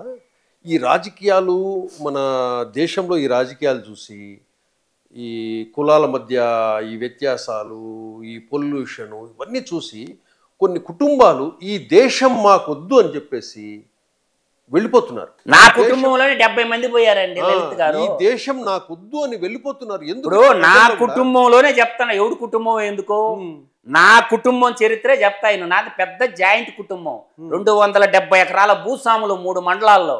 అందరు IIT ర్యాంకులు IIMలు చదువుకొని పెద్ద పెద్ద అమెరికాలో కానీ ఆస్ట్రేలియాకి పోయినా, లండన్ పోయినా, పోలాండ్ పోయినా నా ఇంట్లో వాళ్ళు, నా బావలు, నా బామర్తులు ఒక 70 మంది ఉన్నారు. నన్ను కూడా అంటుంటారు, నీకెందుకు బాబాయ్ ఏడా, ఎదవలతో నీకేం పని, నువ్వు కూడా వచ్చేయి అంటారు. ఒక మాట, నేను భరతమాత కన్నా ముద్దు బిడ్డని. నాకు సుభాష్ చంద్రబోస్ అంటే ప్రాణం. సుభాష్ చంద్రబోస్ ఆశయాలు బతికించడం కూడా సుభాష్ సేనని జై హింద్ సేవక్ ఆర్గనైజేషన్ నడిపిస్తుండ భారతదేశ వ్యాప్తంగా. ఎంత దాకపోతావు నువ్వు చూస్తా. కాబట్టి ఎవడు చూడలేదనుకుంటేట రిటైర్డ్ మిలిటరీ వాళ్ళందరినీ అడాప్ట్ చేసుకొని ఉండా, త్రివిధ దళాల్లో పనిచేసినటువంటి మిలిటరీలో పనిచేసిన వాళ్ళందరినీ కూడగట్టుండా. వీళ్ళకి దెబ్బ కొడతా ఒక రోజు, కొట్టిన రోజు వాడు అబ్బో కూడా కాపాడలేడు. మా జై హింద్ సేవక్ ఆర్గనైజేషన్ డేగ కళ్ళతో కాపలా చేస్తే ఒక మినీ సైన్యాన్ని తయారు చేస్తుండే ఈ దేశం కోసం. జై హింద్ సేవక్ ఆర్గనైజేషన్. అందువల్ల ఏంటంటే మా సుభాష్ సేన కొట్టే దెబ్బ వాడి అబ్బలో పడాలి. ఈ దేశాన్ని దోపిడీ చేసిన ప్రతి కుటుంబం ఏ నా కొడుకును వదలను. రాసి పెట్టుకోండి లలిత్ గారు, ఈ దేశం కోసం ఎందాకైనా నడుస్తా. ఎందుకంటే ఈ దేశ సంపద లూటీ చేసిన లపుట్టుగా లిస్ట్ అంతా మా దగ్గర ఉంది. ఎంత సంపాదించుకుంటారా? ఎన్ని లక్షల కోట్లు లూటీ చేస్తారా? అందరూ వదిలేద్దామా? వదిలేద్దామంట లలిత్ గారు. ఎవరో ఒకరు మీకోసం స్వతంత్రం తెచ్చింది, అవును మాన ప్రాణాలు త్యాగం పెట్టి ఈ దేశం కోసం స్వతంత్రం తెచ్చింది ఒక లఫుట్నా కొడకల కోసమా? ఇవాళ 10,000 రూపాయల ఉద్యోగం కోసం, 20,000 ఉద్యోగం కోసం, 30,000 ఉద్యోగం కోసం అడుక్కుంటుంది యువత. ఏం చెయ్యాలి మేము? ఎంతమంది తెలంగాణ ఉద్యమం ముందు నీ ఆస్తి ఎంత కేసీఆర్? నేను 10 ఏళ్ళు తెలంగాణ కోసం కొట్లాడినా. నీ ఆస్తి ఎంత? ఈ రోజు నీ ఆస్తి ఎంత కేసీఆర్? నీ కొడుకుది కూతురుది యారతం ప్రతి వాడిని. ఇవాళ జగన్మోహన్ రెడ్డి ఆస్తి ఎంత? 2004 ఈ రోజు జగన్మోహన్ రెడ్డి ఆస్తి ఎంత? ఎక్కడి నుంచి వచ్చింది ఈ డబ్బంతా మీకు? 10,000 ఉద్యోగం కోసం, 20,000 ఉద్యోగం కోసం, 30,000 ఉద్యోగం కోసం ఈ దేశ యువత అడుక్కుంటుంది. అవును అంటే మీకేమో లక్షల కోట్ల. అందువల్ల ఎవడికి బాధ్యత లేకుండా పోతే ఎట్లా? అందువల్ల ఎవడో ఒకడు త్యాగం చేయాల దేశం కోసం. అందువల్ల సుభాష్ సేన డేగ కన్నుతో పహరా కాస్తున్నాం మేము. సుభాష్ సేన మీకు జనసేన, తర్వాత రాష్ట్రీయ స్వయం సేవక్, RSS, బజరంగ దళ్, హిందూ వాహిని, ఇట్లా రకరకాల గ్రూపులు ఉన్నట్టు ఈ దేశభక్తులైన ఈ దేశం కోసం త్యాగధనులు త్రివిధ దళాల్లో పనిచేసినటువంటి వాళ్ళు ఉన్నారు. సిద్ధంగా బ్యూరోక్రాట్లు. అంటే ప్రజలు కూడా చేరొచ్చా మీ సేనలో? దీనికి చాలా ప్రిన్సిపల్స్ ఉంటాయి. దీని వెనక చాలా పెద్ద నెట్వర్క్ ఉంది. ఈ దేశభక్త దీనికి ఉన్న క్రైటీరియా దేశభక్తుల అయితేనే దీంట్లో తీసుకుంటున్నాం. ఎందుకంటే ఈ దొంగలు ప్రవీణ్ ప్రకాష్ అనే IAS ఒక లఫుట్గాడు దోచిన డబ్బులు ఎంత? బైజూస్ కంటెంట్ లో 700 కోట్లు లూటీ జరిగింది. బొత్స సత్యనారాయణ కుటుంబము సత్య డిస్టిలరీస్ అని పెట్టి 10 లక్షలకి ఎకరా భూమికి మంత్రిగా ఉండి భూమిని ఎలా కేటాయించుకుంటాడు? ఏ సిబిఐ పనిచేస్తుందా? ఈడీ పనిచేస్తుందా? బొత్స సత్యనారాయణ కుటుంబం దోపిడీ ఎంత? టి సుబ్రహ్మరెడ్డి దోపిడీ ఎంత? ఎవరికి తెలియదు ఈ భోగోతాలన్నీ? అదాని దోపిడీ ఎంత? ఇవాళ ఎక్కడో గుజరాత్ నుంచి వచ్చి కృష్ణపట్నం పోర్టు లాగేసుకున్నాడు, గంగవరం పోర్టు లాగేసుకున్నాడు. ఇవాళ ఏటు విజయసాయి రెడ్డి కాకినాడ సెజ్జు కాకినాడ పోర్టుని కబలించేసిండు. ఈ దొంగలను వదలాలా?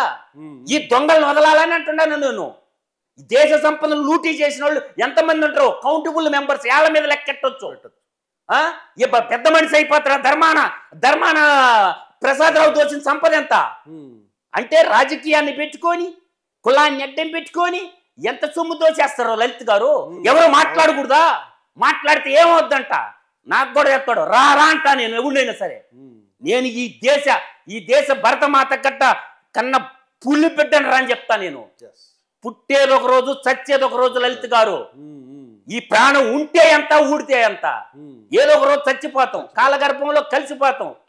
అందువల్ల ఏంటంటే నా కన్న తల్లి నాకు జన్మనిచ్చింది, నా నేల తల్లి నాకు పెంచి పోషిస్తుంది. ఏదో ఒక రోజు భూగర్భంలో కలిసిపోవాల్సి ఉంది. ఈ సమిధులు అయిపోయేదాని మధ్యలో కొంత రోజు నాటక రంగం నా జీవితం. ఏదో ఒక రోజు కలిసిపోతాం. ఎంత రాజులు పోయిర్రు, రాజ్యాలు పోయిర్రు, మీరెంత నేను అడుగుతుండా? ఏం నిజాం నవాబు రాజు చివరికి ప్రజలు తగలెట్టాల్సి వచ్చింది నిజాం నవాబుని చందాలు వేసుకొని. ఎవడు చెప్పడు ఈ కాకంబుల్ స్టోరీలా. అందువల్ల XYZ కాదు కావాల్సింది, దేశభక్తులు కావాలా. పుచ్చలపల్లి సుందరరామరెడ్డి గారి గురించి తెలుసుకోండి. ఆ గడ్డలో పుట్టినోడే నేను, సింహపూరి గడ్డ మీద పుట్టిన నేను. పుచ్చలపల్లి సుందరరామరెడ్డి తన జీవితాన్ని పణంగా పెట్టి దేశ స్వతంత్రోద్యమంలో పాల్గొన్నాడు, అన్నిట్లో పాల్గొన్నాడు పుచ్చలపల్లి సుందరరామరెడ్డి గారు. అంతకాడి గొప్పోళ్ళ ఏంది ఇల్లంతా. ఇవాళ దేశ ప్రజల కోసం కన్నిగంటి పల్నాటి వీరుడు కన్నిగంటి హనుమంతు తన శిరసను కోసిచ్చాడు. కన్నిగంటి హనుమంతు, అల్లూరు సీతారామరాజు, ఉయ్యాలవాడ నరసింహారెడ్డి, వీళ్ళందరూ ఎవరండి?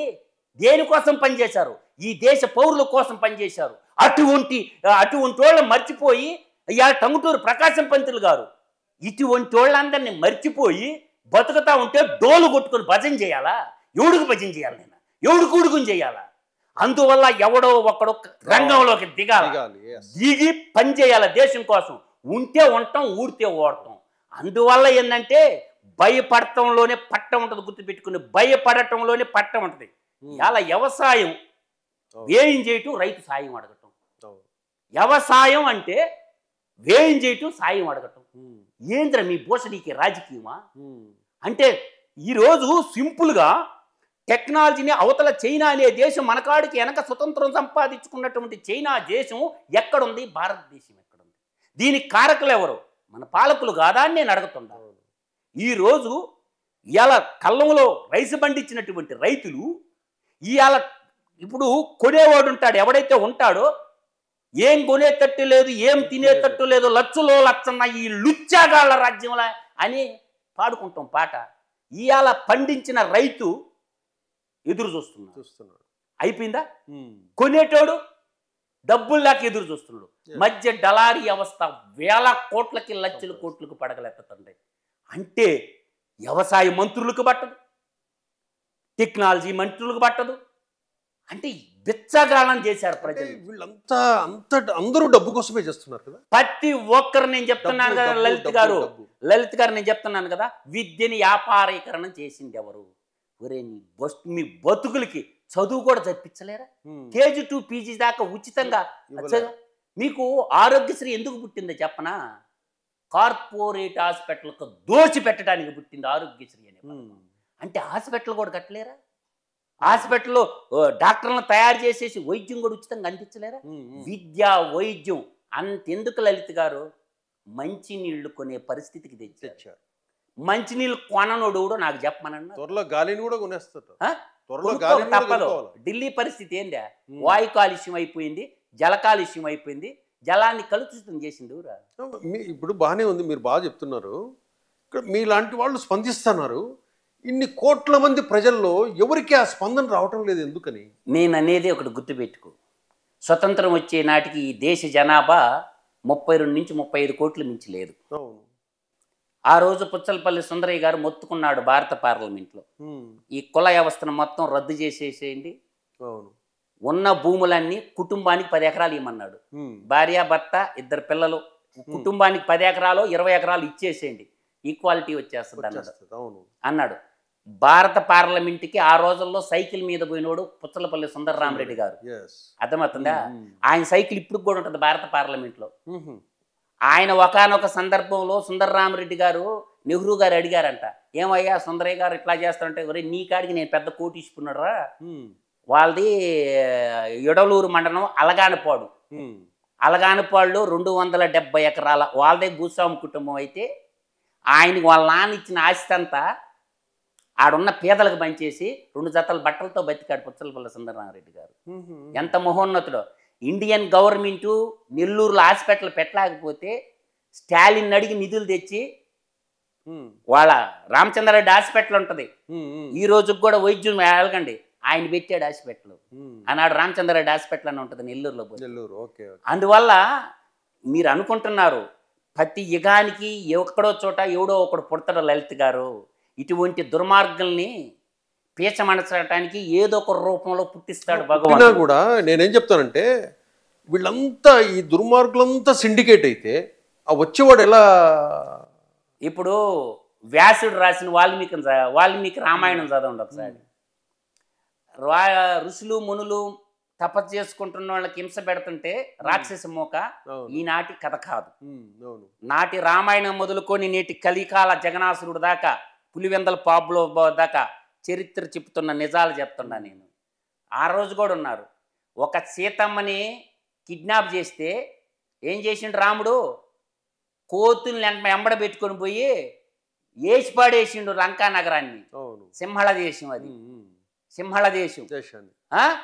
రావణ బ్రహ్మకాడి గొప్పడేంది కలికాల జగనాసురుడా. తర్వాత మహాభారతానికి వచ్చేసిరా, శ్రీకృష్ణ పరమాత్మ చెప్తాడు శిశుపాలుడికి, ఇది ధర్మం కాదు అంటాడు. ఏం చేసిండా శ్రీకృష్ణుడా? యుద్ధం చేసిండా? యుద్ధం చేయించిండు శ్రీకృష్ణుడు. మొత్తాన్ని కురువంశం నిర్వంశం చేసిండు. ఎందుకు చేసిండా? ఒక ఆడ మనిషిని నిండు సభలో బట్ల ఓడదీసిన పాపానికి అటు పాండురాజు పిల్లల్ని ఇటు ధృతరాష్ట్రుడి పిల్లల్ని కురుక్షేత్ర మహాసంగ్రామంలో చెప్పి చంపిండు ఒక్కొక్కడిని. భీష్మపిత మరణం లేని భీష్మపితామహుణ్ణి కూడా చంపిండు. ఎందుకు చంపిండా? యుద్ధం చేసిండా? యుద్ధం చేపించిండు శ్రీకృష్ణుడు.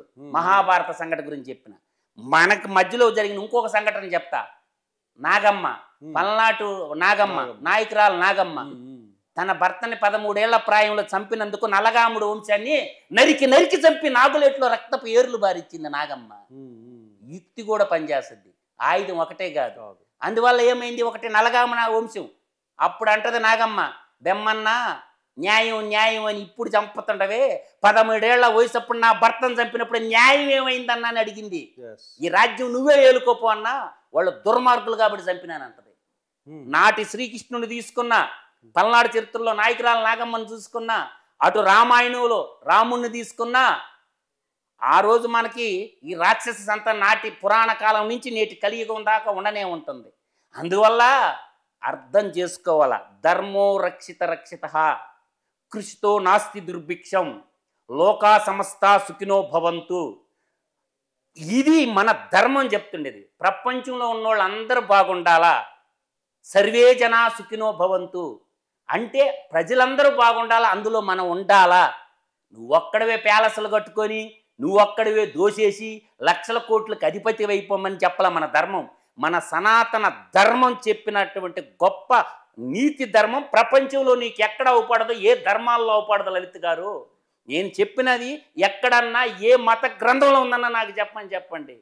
The point of view Lalit గారు, లోకా సమస్త సుఖినో భవంతు, సర్వే జనా సుఖినో భవంతు, ధర్మో రక్షిత రక్షిత. ఈ 3 పదాలు ఎక్కడన్నా నీకు వినపడతాయని నాకు చెప్పండి. నేను గొప్ప అని చెప్పుకుంటాయి తప్ప ఈ 3 లైన్లు ఉంటాయా? అందువల్ల ధర్మాన్ని నువ్వు కాపాడితే అది నిన్ను కాపాడబడుతుంది. అందుకనే మన జడ్జీల కుర్చీ మీద, ముఖ్యమంత్రుల కుర్చీ మీద సత్యమేవ జయతే అని అంటారు. సత్యం ఉందా ఈ నాయకుల కాడ? లేదు. సత్యం ఉందా? సత్యమే మాట్లాడరు కదా. అశుద్ధపు మాటలు మాట్లాడకపోతే సంతోషం, అశుద్ధం మాటలే కదా వాళ్ళు మాట్లాడేది. పద్దలు లేసి లలిత్ గారు.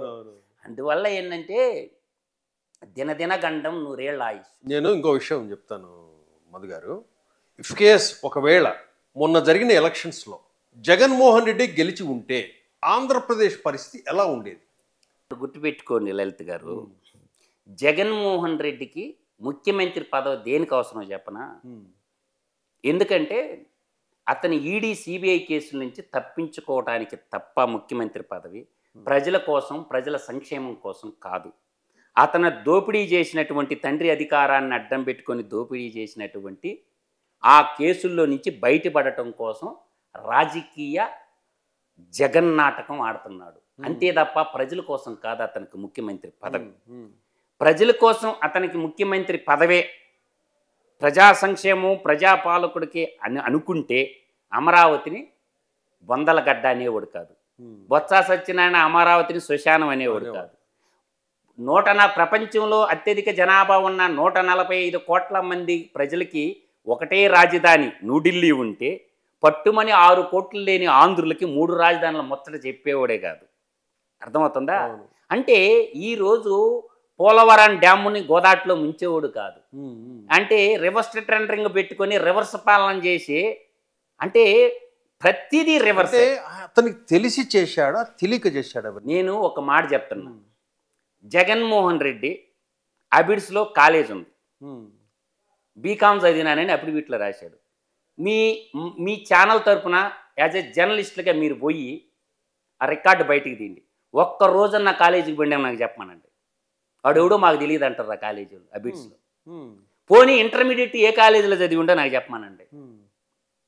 జగన్మోహన్ రెడ్డి ఇంటర్మీడియట్ ఏ కాలేజీలో చదివి ఉంటే నాకు చెప్పమనండి. ఇక్కడ ఉన్న ప్రతి పిల్లల కాలేజీకి పోతారు, కాన్వకేషన్ సర్టిఫికేట్ ఇస్తారు కదా. ఒక్కసారి అబిడ్స్లో జగన్మోహన్ రెడ్డి చదివిన కాలేజీకి వెళ్ళండి, అటెండెన్స్ రిజిస్టర్ ఉంటుంది ఆ రోజు కాలంది, తీసి చూడండి. ఒక్క రోజు కూడా కాలేజీకి పోవాలా, అయినా సర్టిఫికేట్ ఎట్ట వచ్చింది? ఇంటర్మీడియట్ ఎక్కడ చదివినావు? అటెండెన్స్ చూడండి. 10th క్లాస్ మన పరిస్థితి ఏంది? పంచాగుట్ట పోలీస్ స్టేషన్లో పోయి ఎంక్వైరీ చేసుకోండి, ఎఫ్ఐఆర్ కాపీ దొరకదు. పేపర్లో కొట్టేసిన కేసు హైదరాబాద్ పబ్లిక్ స్కూల్లో. పోయి చూసుకో, ఎత్తుక్కోండి. హైదరాబాద్ పబ్లిక్ స్కూల్లో 10th చదివేటప్పుడు పేపర్లో దొంగిలిచ్చిన కేసు పంచాగుట్ట పిఎస్ లో ఉంచో చూసుకోండి. పోయి జగన్మోహన్ రెడ్డి ఒకటేనా గ్రూప్ ఆడ ఎఫ్ఐఆర్ కాపీ బయటికి తీసుకోండి. అంటే మనం ఇత్తనం ఒకటి నాడితే వృక్షం ఇంకొకటి రాదు. అందువల్ల కంప్లైంట్ ఇచ్చింది స్కూల్ వాళ్ళు అంటారు. ఆ రోజు 10th క్లాస్ పేపర్లో హైదరాబాద్ పబ్లిక్ స్కూల్ ప్రిన్సిపాల్ని ఇంటర్వ్యూ చేయండి, పాత రికార్డులు తీయండి, పంచాగుట్ట పోలీస్ స్టేషన్లో ఎఫ్ఐఆర్లు బయటికి తీయండి, వచ్చేస్తుంది. ఈయన ఎంత మాత్రం ఫస్ట్ క్లాస్ స్టూడెంట్ అనేది తేలిపోద్ది. నేను ఫస్ట్ క్లాస్ స్టూడెంట్ అండి అని చెప్పి ధైర్యంగా చెప్పాడు. నీ గురించి నువ్వు చెప్పుకోవటం కాదు, ఒక మన ఏమారెడ్డి గారు చెప్తారు ఏమన శతకంలో, పుత్రోత్సాహము నాడు కలగదు తండ్రికి, పుత్రుని కనుగొని జనులు పొగడగా అప్పుడు ఉత్సాహపడతాడని చెప్తాడు ఏమారెడ్డి గారు. అర్థమవుతుందా? అందువల్ల ఒక్కడు గుర్తుపెట్టుకుని, తనకున్నటువంటి రాజకీయాన్ని అడ్డం పెట్టుకొని, తండ్రి అధికారాన్ని అడ్డం పెట్టుకొని డబ్బులు సంపాదించేసి ఆ సంపద ద్వారా కొంతమందిని ఎంగేజ్ కొట్టుకొని మోక సైన్యాన్ని పెట్టుకొని సోషల్ మీడియాలో మనకు ఒక పక్షి ఛానల్, ఒక పక్షి పేపర్ని పెట్టుకొని కొంతమంది జర్నలిస్టుని పెట్టుకొని ముసుగు తగిలించుకొని మనం విచ్చలవిడిగా మన గురించి మనమే డోలు కొట్టుకొని, అంటే ప్రజలు గమనించలేదు అనుకుంటున్నావే ఏంది, ఇవన్నీ ఎవరికి తెలియదు అనుకుంటున్నావే ఏంది. కాబట్టి అందరికి అన్ని విషయాలు తెలుసు. మనకి సోషల్ మీడియాలో ఒక పోస్ట్ వచ్చిన మాటల, ఫేస్బుక్లో 4 వచ్చి, ట్విట్టర్లో, ఇన్స్టాగ్రామ్లో ఆడుకొని నువ్వు హీరో అనుకుంటుండవు. ప్రజలు మోసపోయారు. ఆ ప్రజలు మోసపోవడంలో పాత్ర కొన్ని వర్గాలది ఉంది. 2014-19 మధ్యలో ఇడిపోయిన రాష్ట్రానికి రాజధాని లేక, కూర్చుండేదానికి కుర్చీలు లేక, అప్పుడప్పుడికే అడుగులు వేసుకుంటూ ప్రణాళికలు వేసుకుంటున్నటువంటి లోటు బడ్జెట్తో ఉన్న రాష్ట్రాన్ని ఆయన పరిపాలన వైపు చూసుకొని దీన్ని ఎట్టో కూడా చేయాలని అప్పుడప్పుడే ప్రణాళికలు రచించుకోవడానికి 2.5 సంవత్సరం కాలాతీతం అయిపోయింది. ఆ 5 బయలు వచ్చింది. ఆ 2.5 సంవత్సరంలో ఏం చేసిండు? ఈ ప్రజల్లో తిరగసాగిండు, చెప్పాల్సిన అబద్ధాలన్నీ చెప్పిండు. అనే తినగా వేము తీయగా నుండు అంటారు కదా, వినగా అబద్ధాలన్నీ అనగా రాగము ఎత్తిసెల్లిండు అని మరి చెప్తారు కదా, మరి పెద్దవాళ్ళు ఎవరికి చెప్పారు ఇవన్నీ. అని ఇషాన్ని ఎక్కిచ్చారు, నమ్మిర్రు. ఒక్క ఛాన్స్ అని అడుక్కుంటే ఊరూరు తిరిగే ఒక్క ఛాన్స్ ఇచ్చారు, ఇంకా నో మోర్ ఛాన్స్. లేదు మీరు ఆ మాట అంటున్నారు, నెక్స్ట్ వచ్చేది మేమే అంటున్నాడు జగన్మోహన్ రెడ్డి. వాడు జీవితకాలం ట్రై చేయమని సవాల్ ఇచ్చిన నేను. జీవితకాలం ట్రై చేయరా అంటుండా. నువ్వు జీవితకాలం ట్రై చేయరా, నువ్వు సీఎం అయితే తలా కోసి నీ చేతిలో పెడతానని చెప్పా. నేను సవాల్ ఇచ్చేవాడికి, జగన్మోహన్ రెడ్డి అనే ఓడు ఇంకా ముఖ్యమంత్రి అయితే వాడు జీవితకాలం ట్రై చేయమని తల కోసి వాడు చేతులు గిఫ్ట్గా ఇస్తాను. కన్నికంటి హనుమంతులాగా నేను పెద్ద కంటి రెడ్డిని, సింహపూరి గడ్డ మీద పుట్టిన పెద్ద కంటి రెడ్డిని. అసలు నువ్వు ఏ రెడ్డో చెప్పరని అడుగుతుంటే వాడు చెప్పుకోలేకపోతున్నాడు. అందువల్ల నేను ఒకటే చెప్తుండా లలిత్ గారు, నువ్వు జీవితకాలం ట్రై చేయి. నేను బతికున్న రోజులు నువ్వు కానీ ఆంధ్ర రాష్ట్ర ముఖ్యమంత్రి అయితే ఈ తలగోసి కన్నిగంటి హనుమంతులాగా నీ చేతిలో పెడతానని చెప్తుంటా. అందువల్ల నువ్వు ముఖ్యమంత్రి పీఠం ఎక్కాలంటే నన్ను దాటిపోవాలా, అది గుర్తు పెట్టుకోరా అని చెప్తున్నా నేను. వాడు గెలకన కుటుంబాన్ని గెలిపాడు, వాడు గెలకన కుటుంబాన్ని తెలియకుండా నా కుటుంబంలో నిలబెట్టాడు వాడు. అందువల్ల లలిత్ గారు వాడికి తెలియదు, నేను ఎవడో తెలియదు, నా కుటుంబ హిస్టరీ ఏందో వాడికి తెలియదు. వాడు నా కుటుంబంలో నిలబెట్టాడు. నీ శిరస మీద పెట్టి తొక్కినా నా కొడక నేను నిన్ను, నీకు తెలియకుండానే నువ్వు నన్ను శత్రువుని చేసుకున్నావు. నేను సింహపూరి గడ్డ మీద పుట్టిన సింహాన్రా. నువ్వు నీలాగా ఆట నేను ఆడితే ఎలా ఉంటుందో నీకు రుచి చూపించబోతుండా. అందువల్ల నాకేదో పెద్ద పోటుగాడి అంటున్నావు కదా. నేను ఇక్కడ మధు గారు, మీ కుటుంబంలో ఏం చేశాడు జగన్మోహన్ రెడ్డి? ఇప్పుడు మా తమ్ముడు సార్ కార్గిల్ యుద్ధం చేసి ఈ దేశాన్ని గెలిపించిండు. కార్గిల్ యుద్ధం చేసి ఈ దేశాన్ని కాపాడిన కుటుంబం నాది. ఈరోజు ఈ మేకపాటి నా కొడుకులు ఎవరైతే ఉన్నాడో గౌతమ్ రెడ్డి గాడు, వాడు రాజమోహన్ రెడ్డి గాడు పెద్ద ముసుగు తగిలించుకొని నా కొడుకులు నా తమ్ముడిని నాకు లేకుండా చేశారు. వదులుతానా? ఎట్లా ఏదన్నా కానీ కారణం ఏదన్నా కానీ కూర్చొని మాట్లాడుకొని పరిష్కరించుకోవాలా. మా ఎక్కడా కూడా ఒక్క సెంటు కూడా మాకు అసైన్మెంట్లు లేవు, డీఫారమాలు లేవు. రాజకీయాన్ని అడ్డం పెట్టుకొని ఎమ్మెల్యేలు అయిపోయి మేకపాటి ఎవరితో సమావేశం చేసిండో. అందువల్ల ఏంటంటే చెప్పిన, ఒరే రాజమోహన్ రెడ్డి ఇంకా లెక్క పెట్టుకోరా నా కొడక, డేట్ లెక్క పెట్టుకో నా కొడక. బతికితే నీ కుటుంబం అన్న బతకాలా, నా కుటుంబం అన్న బతకాలా. నేను బతికేదే నా కొడక, నువ్వా నేనా తేల్చుకున్నావు అంటుందా. ఏమవుతుంది? అందువల్ల ఏంటంటే తెలుసో తెలియక ఒక తప్పు చేసి దేశభక్తులైన ఒక భారత మాత సైనికుని చంపారు నా కొడకల్లారా. మీరు వదులుతానా నా కొడకల్లారా మిమ్మల్ని అంటుండా. తెలుసో తెలియకో నా కుటుంబంలో నిలబెట్టిండ్రు. అందువల్ల మేము రాజకీయ అతీతంగా ఉండి బాగా చదువుకున్నాము లలిత్ గారు. మాకు ఈ రాజకీయాలతోనే సంబంధం లేదు. అందువల్ల ఏంటంటే మీకు ఆ డబ్బులు ఉండయని, కిరాయి అంతకులు ఉండరని. అంటే మీ తమ్మునికి అదంతా ఊర్లో జరిగిందే విషయము? ఈ అంతా తెలుసా నా కొడుకులకి, అన్నీ తెలిసే విషయం. అందువల్ల ఏంటంటే ఈ వ్యవహారం అంతా అందరికి తెలుసు.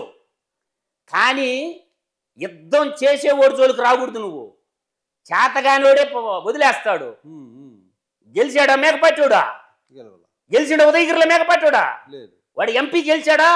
వాడు కొడుకు గెలిచాడా? చెప్పిన ఇంటికి పోయి చెప్పిన కాసుకోరా నా కొడక, పెద్ద కంటి రెడ్డితో పెట్టుకున్నవరా నువ్వు. రెడ్డిలో 52 తెగల్లో ఉంటాయి. పెద్ద కంటి రెడ్డి కొడితే ఎట్లుంటుందో దెబ్బ తెలిసింది మొన్న. ఏం జగన్మోహన్ రెడ్డి ఏ రెడ్డో చెప్పుకోలేడు. నేను గర్వంగా చెప్తున్నా నేను పెద్ద కంటి రెడ్డి అని. నువ్వు ఏ రెడ్డో చెప్పరా ముందు. ఇప్పుడు రేవంత్ రెడ్డి ఉండో, నల్లమల్ల పాలమూరు పులిబిడ్డ, నికాలేసిన మోటాటి రెడ్డి గర్వంగా చెప్తాడు రేవంత్ రెడ్డి. వాడు ఏ రెడ్డో చెప్పుకోలేనుడు వాడు ఇందుక. అందువల్ల ఏంటంటే నువ్వు గెలకనోడిని గెలికినవు. నువ్వు మీరు 5 సంవత్సరాల పాటు పోరాటం చేశారు కదా దీని మీద. దేని మీద? ఈ ప్రభుత్వ వ్యతిరేక విధానాల మీద. 5 సంవత్సరాలు నేను చేయలేదండి. నేనేదో లెక్చరర్గా 4 అర్థమెటిక్ చెప్పుకుండేవాడిని, 4 పాఠాలు చెప్పుకుండేవాడిని నేను. అందుకు తప్ప ఈడేదో అనుకుంటుండో నేను పెద్ద పోటుగాడిని, పెద్ద పుడింగినని. కరెక్ట్గా డిసెంబర్లో ఎంటర్ అయినా 4 నెలలకు నీ చరిత్ర ముగిచ్చిన. డిసెంబర్ 4 నెలల్లో 4 నెలల్లో నీ సినిమా. వాడు ఆరామస్తాన్ గాడు ఏమన్నాడు, సర్వే ఇస్తే నేనే కౌంటర్ ఇచ్చింది. ఒరే ఆరామస్తాన్ రారా అన్న, 100 కోట్లు పెడతా, నువ్వు మగాడు వెతిర్రా. జగన్మోహన్ రెడ్డి అనేవాడు కానీ గెలిస్తే మొట్టమొదట కర్ణాటక ఫలితం చెప్పింది నేనే, తెలంగాణ ఫలితం చెప్పింది నేనే. మీరు పెద్ద పెద్ద ఛానళ్ళు అన్నీ చూసుకుంటారు లలిత్ గారు, పాత ఉంటాయి చూసుకోండి. ఏమైంది ఆరామస్తాన్ సర్వే? ఏ చదువు చంది లేనివాడికి నీకెంత ఉంటే ఒక అర్థమాటిక్ లెక్చరర్కి నాకెంత ఉండాలి? అందువల్ల ఏంటంటే వీళ్ళు అనుకుంటారు వ్యూహంకి ప్రతి వ్యూహం. గరుడ వ్యూహం గురించి నీకు తెలియదు, చక్ర వ్యూహం గురించి నీకు తెలియదు, త్రిశూల వ్యూహం గురించి నీకు తెలియదు, గరుడు పురాణం గురించే నీకు తెలియదురా. గరుడు పురాణాన్ని అవపోసన పుట్టినోడురా నేను. నువ్వు ఎత్తేస్తే 10 ఎత్తులు వేస్తా. నువ్వు ఎన్ని ఎత్తులన్నా వేసుకో, 10 ఎత్తులు వేస్తా. మీరు ఇప్పుడు ఈ మాట అంటున్నారు కదా, సేమ్ పవన్ కళ్యాణ్ కూడా ఈ 1 సంవత్సరం పాటు కొంచెం ఆవేశంగా ప్రసంగాలు చేసేవాడు గత ప్రభుత్వం ఉన్నప్పుడు. 1 సంవత్సరం కరోనా అయిపోయిన తర్వాత ఆవేశం తగ్గించి ఆలోచన చేయటం మొదలుపెట్టాడు. ఆయన ఒకటే మాట అన్నాడు, ఆ ప్రభుత్వం రాదు, నేను చెబుతున్నా, నేను విహంగ వీక్షణం చేస్తున్నా అని. మీరు అన్నట్లు కొన్ని ఆయన కూడా ఇవి కూడా పాటించినట్లుంది పవన్ కళ్యాణ్ గారు. ఒక్క మాట చెప్తలా, ఒక మేధావి మౌనం ఈ దేశానికి ప్రమాదకరం. మేధావులు మౌనంగా ఉండటం కూడా దేశానికి ప్రమాదకరం. లలిత గుర్తుపెట్టుకోండి, మేధావులన్నీ పార్లమెంట్లో ఉన్నాయి, మేధావులందరూ 4 గోళ్ల మధ్య నలిగిపోతున్నారు. కాబట్టి నేను అంటుండే పాయింట్ ఏంటంటే, పవన్ కళ్యాణ్ గారు జనసేన పార్టీ పెట్టక ముందు కూడా నేను 2008లో 117 డివిజన్లో, హైదరాబాద్ డివిజన్లో కార్పొరేటర్ కంటెస్టింగ్ క్యాండిడేట్ని 2008లో. 117 ఎక్కడ వస్తుంది అది? కూకట్పల్లి. అందరికి తెలిసినోడినే. 117 డివిజన్లో నేను కార్పొరేటర్కి పోటీ చేసినోడి. 117 డివిజన్లో బోస్ గారి పార్టీ, ఆల్ ఇండియా ఫార్వర్డ్ బ్లాక్ అని నేతాజీ భవన్ కట్టారు. అందువల్ల ఏంటంటే నేను దగ్గరుండి ఎన్ని పరిశీలించినోడిని. ఉదయగిరి నియోజకవర్గం మీద ప్రతి గడప, ప్రతి పిల్లోడికి, ప్రతి చెట్టుకి, ప్రతి పుట్టకి నేనేంటో తెలుసు ఉదయగిరి నియోజకవర్గంలో. నే మధు అన్న ఎలాంటి వాడని అడిగితే ఉదయగిరి నియోజకవర్గంలో ఉన్న ప్రతి పల్లి క్యాస్ట్లకు అతీతంగా, రిలీజన్కి అతీతంగా ఒక్కడ చేత చెడ్డ అనిపించండి సార్, ఒక్కడ చేత అన్నా అని పిలుస్తారు ఆప్యాయంగా. నాకు మొత్తం తెలుసు. నా మీద చాలా కేసులు పెట్టిండు జగన్మోహన్ రెడ్డి. నా తెల్లింటికి కూడా బేకలేకపోయిండు. ట్రై చేయరని చెప్పా. త్రివిక్రమ వర్మ వార్నింగ్ ఇచ్చిండు అప్పటి డీజీపీ, ట్రై చేయరన్నా. నాకే కాదురా పెళ్ళాం బిడ్డలు నీకు కూడా ఉంటారు అని చెప్పిన. అందువల్ల మంచి వచ్చాడు జరుగుతూనే ఉంది, ఇది కంటిన్యూగా జరుగుతూనే ఉంది. సంఘటన మీ తమ్ముడు జరిగిన సంఘటన ఎప్పటిది, ఎన్ని సంవత్సరాల క్రితం? ఇది 10 ఏళ్ళు పైన. 10 ఏళ్ల పైన నుంచి జరుగుతుంది. అప్పటి నుంచే నేను దీన్ని ఇప్పుడు యుద్ధం చేయాలంటే ఆర్థిక వనరులు బలంగా ఉండాలి. అవును, కాబట్టి ఆర్థిక వనరులు బలంగా లేకపోతే యుద్ధం చేయలేము. వాళ్ళేమో ఎమ్మెల్యేలు, మంత్రులు, ఆ తర్వాత రాష్ట్ర స్థాయి దేశ స్థాయిలో దేశ చక్రం స్థాయిలో. తిప్పుతారు. అవును. కాబట్టి నిన్ను ఢీ కొట్టాలంటే నాకు ఒక సైన్యం ఉండాలి. ఉండాలి. అవును. సమయం ఆసన్నమైంది కాబట్టి సైన్యం. ఇప్పుడు మీకు ఎట్లా అంటే వీడు అనుకుంటుండు స్వతంత్రోద్యమంలో కేరళలో ఒక మూమెంట్ ఉంది, ఇప్పుడు మంగళూరు ప్రాంతంలో ఒక మూమెంట్ ఉంటుంది, రాణి చెన్నమ్మ. తర్వాత తమిళనాడులో గ్రూప్ ఉంటుంది. ఇట్లా మన తెలంగాణ కానీ అన్ని వర్గాల్లో రాజతంత్రం యుద్ధతంత్రం తెలిసినటువంటి నేను అనుకున్న వే ఒకటి. నా తమ్ముడు మిలిటరీలో పనిచేసిండు, ఈ దేశానికి పనిచేసిండు. కాబట్టి మాజీ మిలిటరీలో పనిచేసిన వాళ్ళందరూ వాళ్ళ సూచనలు గైడ్లైన్స్ యుద్ధం చేద్దాం. కాబట్టి ఈ న్యాయస్థానాల మీద నమ్మకం లేదు. ఎందుకు? వాళ్ళు జడ్జిమెంట్లు ఎవరు, ఎంక్వైరీలు చేయరు. అందువల్ల ఏంటంటే పంటికి పన్నే, ఇప్పుడు కంటికి కన్నే మా సిద్ధాంతం. అందువల్ల ఏంటంటే మీరు అర్థం చేసుకోవాల్సింది ఇంకోటి ఏంటంటే ఒకటి గుర్తుపెట్టుకోండి. బోస్ గారు మాకు ఒకటి చెప్పారు, జై హింద్ అంటాం మేము. ఎవరికన్నా అర్థం తెలుసా? ఆ పదం ఎలా పుట్టింది, ఎవరు సృష్టించారు? ప్రతి ఒక్కరు మనం స్కూళ్ళల్లో జాతీయ గీతం పాడినప్పుడు కానీ అవును అంటుంటారు, ప్రతి ఒక్కరు జై హింద్ అంటారు. అది అసలు ఆ పదం ఎలా పుట్టింది ఎవరికన్నా తెలుసా? సుభాష్ చంద్రబోస్ గారు అటు జర్మనీ నుంచి జపాన్ వచ్చిన తర్వాత సింగపూర్ చేరుకున్నాక షార్ట్ కట్లో చెప్తుండ ఐఎన్ఏ ఆజాద్ హింద్ ఫౌజ్ నిర్మించిన తర్వాత అక్కడ బ్రిటిషర్స్కి అగెనెస్ట్గా ఎవరైతే ఉన్నారో ఆ సోల్జర్స్ అన్ని ఒక గ్రూప్ అట్టుండేది. జపాను జర్మనీ వాళ్ళు బందీలుగా పట్టుకున్నారు. అంటే అప్పుడు బ్రిటిష్ ఇండియా అనేవాళ్ళు కదా, 50,000 మంది సైనికులను కాపాడాడు ఎవరు? బోస్ గారు. వాళ్ళని చంపాల్సింది హిట్లర్. నేను వాళ్ళకి బ్రిటిష్ వాళ్ళకి వ్యతిరేకంగా నేను పోరాటం చేస్తాను, 50,000 మందిని నాకు ఇమ్మన్నాడు. అదే సైన్యం. వాళ్ళని తీసుకొని ఆ బెటాలియన్ తీసుకొని 50,000 మంది ప్రాణాలు కాపాడాడు ఆనాడే. అంటే బ్రిటిష్ ఇండియాలో మన భారతీయులు కూడా ఉండేవాళ్ళు సైనికులు. వాళ్ళల్లో సిక్కులు ఉండేవాళ్ళు, వాళ్ళల్లో మీకు ముస్లిమ్స్ ఉండేవాళ్ళు, వాళ్ళల్లో హిందువులు ఉండేవాళ్ళు. ఒక ఇద్దరు సైనికులు ఎదురుపడ్డప్పుడు లలిత్ గారు ఏమనుకునేవాళ్ళు అంటే సిక్కులు ఇద్దరు సైనికులు ఎదురుపడితే సంత్ శ్రీ ఆకాల్ అనేవాళ్ళు. తర్వాత ఇద్దరు ముస్లిం సైనికులు ఎదురుపడితే సలాం అలైకుం అనుకునేవాళ్ళు. హిందూ సైనికులు ఇద్దరు ఎదురైతే జై శ్రీరామ్ అనేవాడు. ఇది బోస్ గారికి నచ్చల. ఒకే ఒక పదం ఉండాలా అనుకున్న మూమెంట్లో మన హైదరాబాద్ అబ్బాయి ముస్లిం కుర్రోడు అప్పట్లో బీటెక్ చదవటానికి జర్మనీ పోయాడు, మెకానికల్ ఇంజనీర్. ఆయన మెకానికల్ ఇంజనీరింగ్ చదువుతూ 2 సంవత్సరాలు అయిన తర్వాత ఇప్పుడు గద్దరన్న కూడా బీటెక్ చదువుతానే కదా అన్నలోకి పోయింది. ఇప్పుడు ఇంజనీరే కదా గద్దరన్న కూడాను, జేఎన్టీ స్టూడెంటే కదా, ఎలక్ట్రికల్ ఇంజనీరే కదా. చాలా మంది తెలియదు గద్దరన్న బీటెక్ చదువుతానే పోయింది అడుగుల్లోకి, మన ప్రజాకవి గద్దరన్న గారు. అట్లాగే ఈ అబ్బాయి జర్మనీలో బీటెక్ చదువుకుంటున్నాడు మెకానికల్ ఇంజనీరింగ్. ఆ మెకానికల్ ఇంజనీరింగ్ చదువుకుంటే బోస్ గారి రేడియో ప్రసంగాలకు ఉత్తేజితుడయ్యి ఐఎన్ఏలో జాయిన్ అయ్యాడు. ఆ అబ్బాయి ఒక పదం రాసిచ్చాడు, మన హైదరాబాద్ ఆయన రాసిచ్చాడు జై హింద్ అని. ఆ రోజు నుంచి ఈ మనం చేసేటప్పుడు సైన్యం చేసేటప్పుడు ఒక రోజు ఒక సందర్భంలో బోస్ గారు జై హింద్ అంటాడు. జై హింద్. ఆ రోజు నుంచి ఆ పదం అలా వచ్చింది. దానికి మీనింగ్ ఏంటంటే జై అంటే విజయం, హిమ్ అంటే హిమాలయ పర్వతాలు, దద్ అంటే దక్షిణ పదం, ఈ మధ్యలో ఉండే భూభాగానికి విజయం చేకూర్చమని. హిందూ దానికి పదం మీనింగ్ అంటే జై అంటే విజయం, హిమము అంటే మంచు, మంచు పర్వతాల నుంచి దక్షిణ పదం దాకా ఉండేటటువంటి భూభాగానికి విజయం చేకూర్చు తల్లి అని చెప్పేది అది జై హింద్.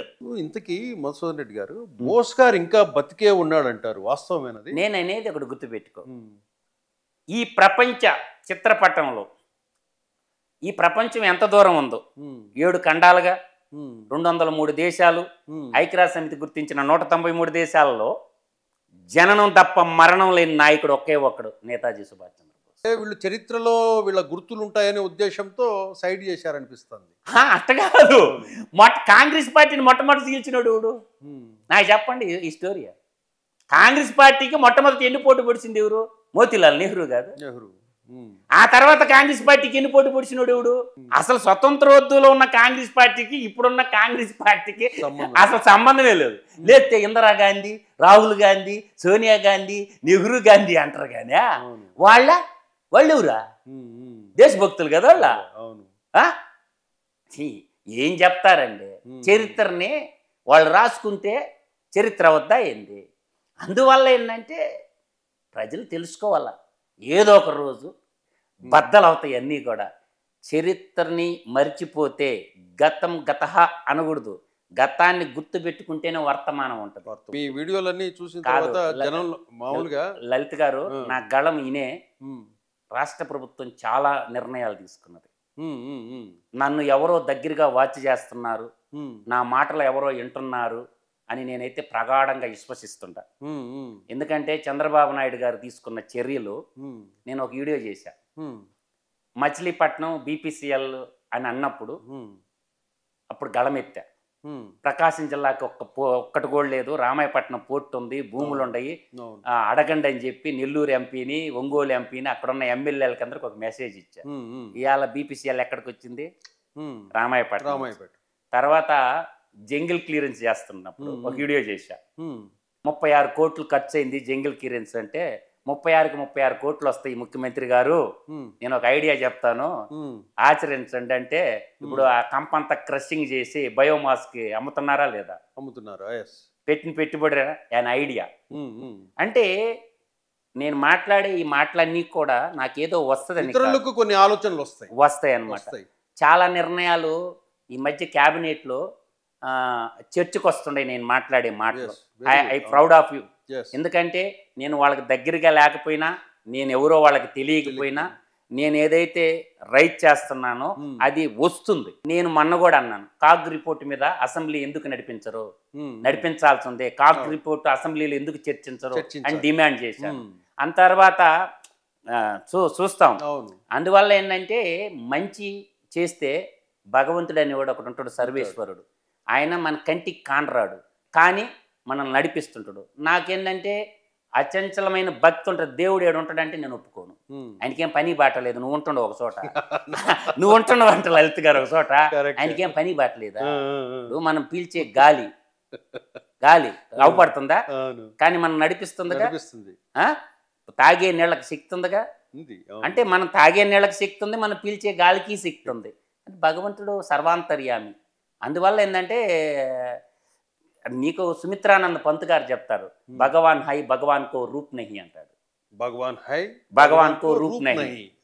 ఆయనకి రూపం చెక్కేటానికి నువ్వెవడమని నేను అంటుండా. భగవంతుని అచంచలమైన భక్తితో ఉండాల. మనసే మందిరం, ఈ దేహమే దేవాలయం. కాకపోతే ఏంటంటే లలిత్ గారు మీరు అడుగుతారు కాబట్టి కొంతమంది షూడో మేధావులు భక్తిని కూడా వ్యాపారం చేశారు, దేవుని కూడా వ్యాపారం చేశారు. జగన్మోహన్ రెడ్డి బతికున్నంత కాలం ఇంకా ముఖ్యమంత్రి కాదు. అతనికి ఇంకా మిగిలింది రెండే దారులు జగన్మోహన్ రెడ్డి. ఒకటి సూసైడ్, ఇంకోటి జైలు. ఆల్టర్నేట్ లేనే లేదు Jaganmohan Reddy. Suicide or jail అంతే. అంత మాట అంటున్నారు. పక్కా జడ్జిమెంట్ వస్తే, కన్విక్షన్ వస్తే మీరే ఊహించుకోండి. 11 CBI కేసుల్లో 9, 11 CBI కేసుల్లో 9 ED కేసుల్లో, ఇప్పుడు పడబోయే ఒక 20 కేసుల్లో. 20 కేసులు ఉన్నాయా? ఇది కాకినాడ సెజ్జు ఇప్పుడు 307 రఘురామకృష్ణరాజు కేసులో ఒకటి. విజయపాల్ ఆడన్నాడు. విజయపాల్ అవును. ఇప్పుడు ఇవన్నీ వస్తాయి కదా, 1 by అన్ని. ఇప్పుడు ఇంకొక 20 నమోదు అవుతాయి ఇప్పుడు ఈ గవర్నమెంట్ లో. అంటే ఈ గనుల కేసుకు సంబంధించి లిక్కర్ కానీ లిక్కరు లలిత్ గారు మీరు తప్పుడు అంచనా వేశారు. ఇప్పుడు ఆల్రెడీ బ్లాస్టింగ్ న్యూస్ వస్తుంది మళ్ళీ త్వరలో, ఒక వారం రోజుల్లో. ఒక్క క్వార్టర్ మీద 50 రూపాయలు ప్యాలెస్కి వెళ్ళి అంట. అంటే మన అంచనా ఏంటంటే 35 లక్షల మంది తాగుబోతులు అనేది ఇండియన్ లిక్కర్ స్టాటిస్టిక్స్ తీసుకుంటే ఉంది. అంటే మీరు సింపుల్గా క్యాలిక్యులేషన్ వేసుకోండి.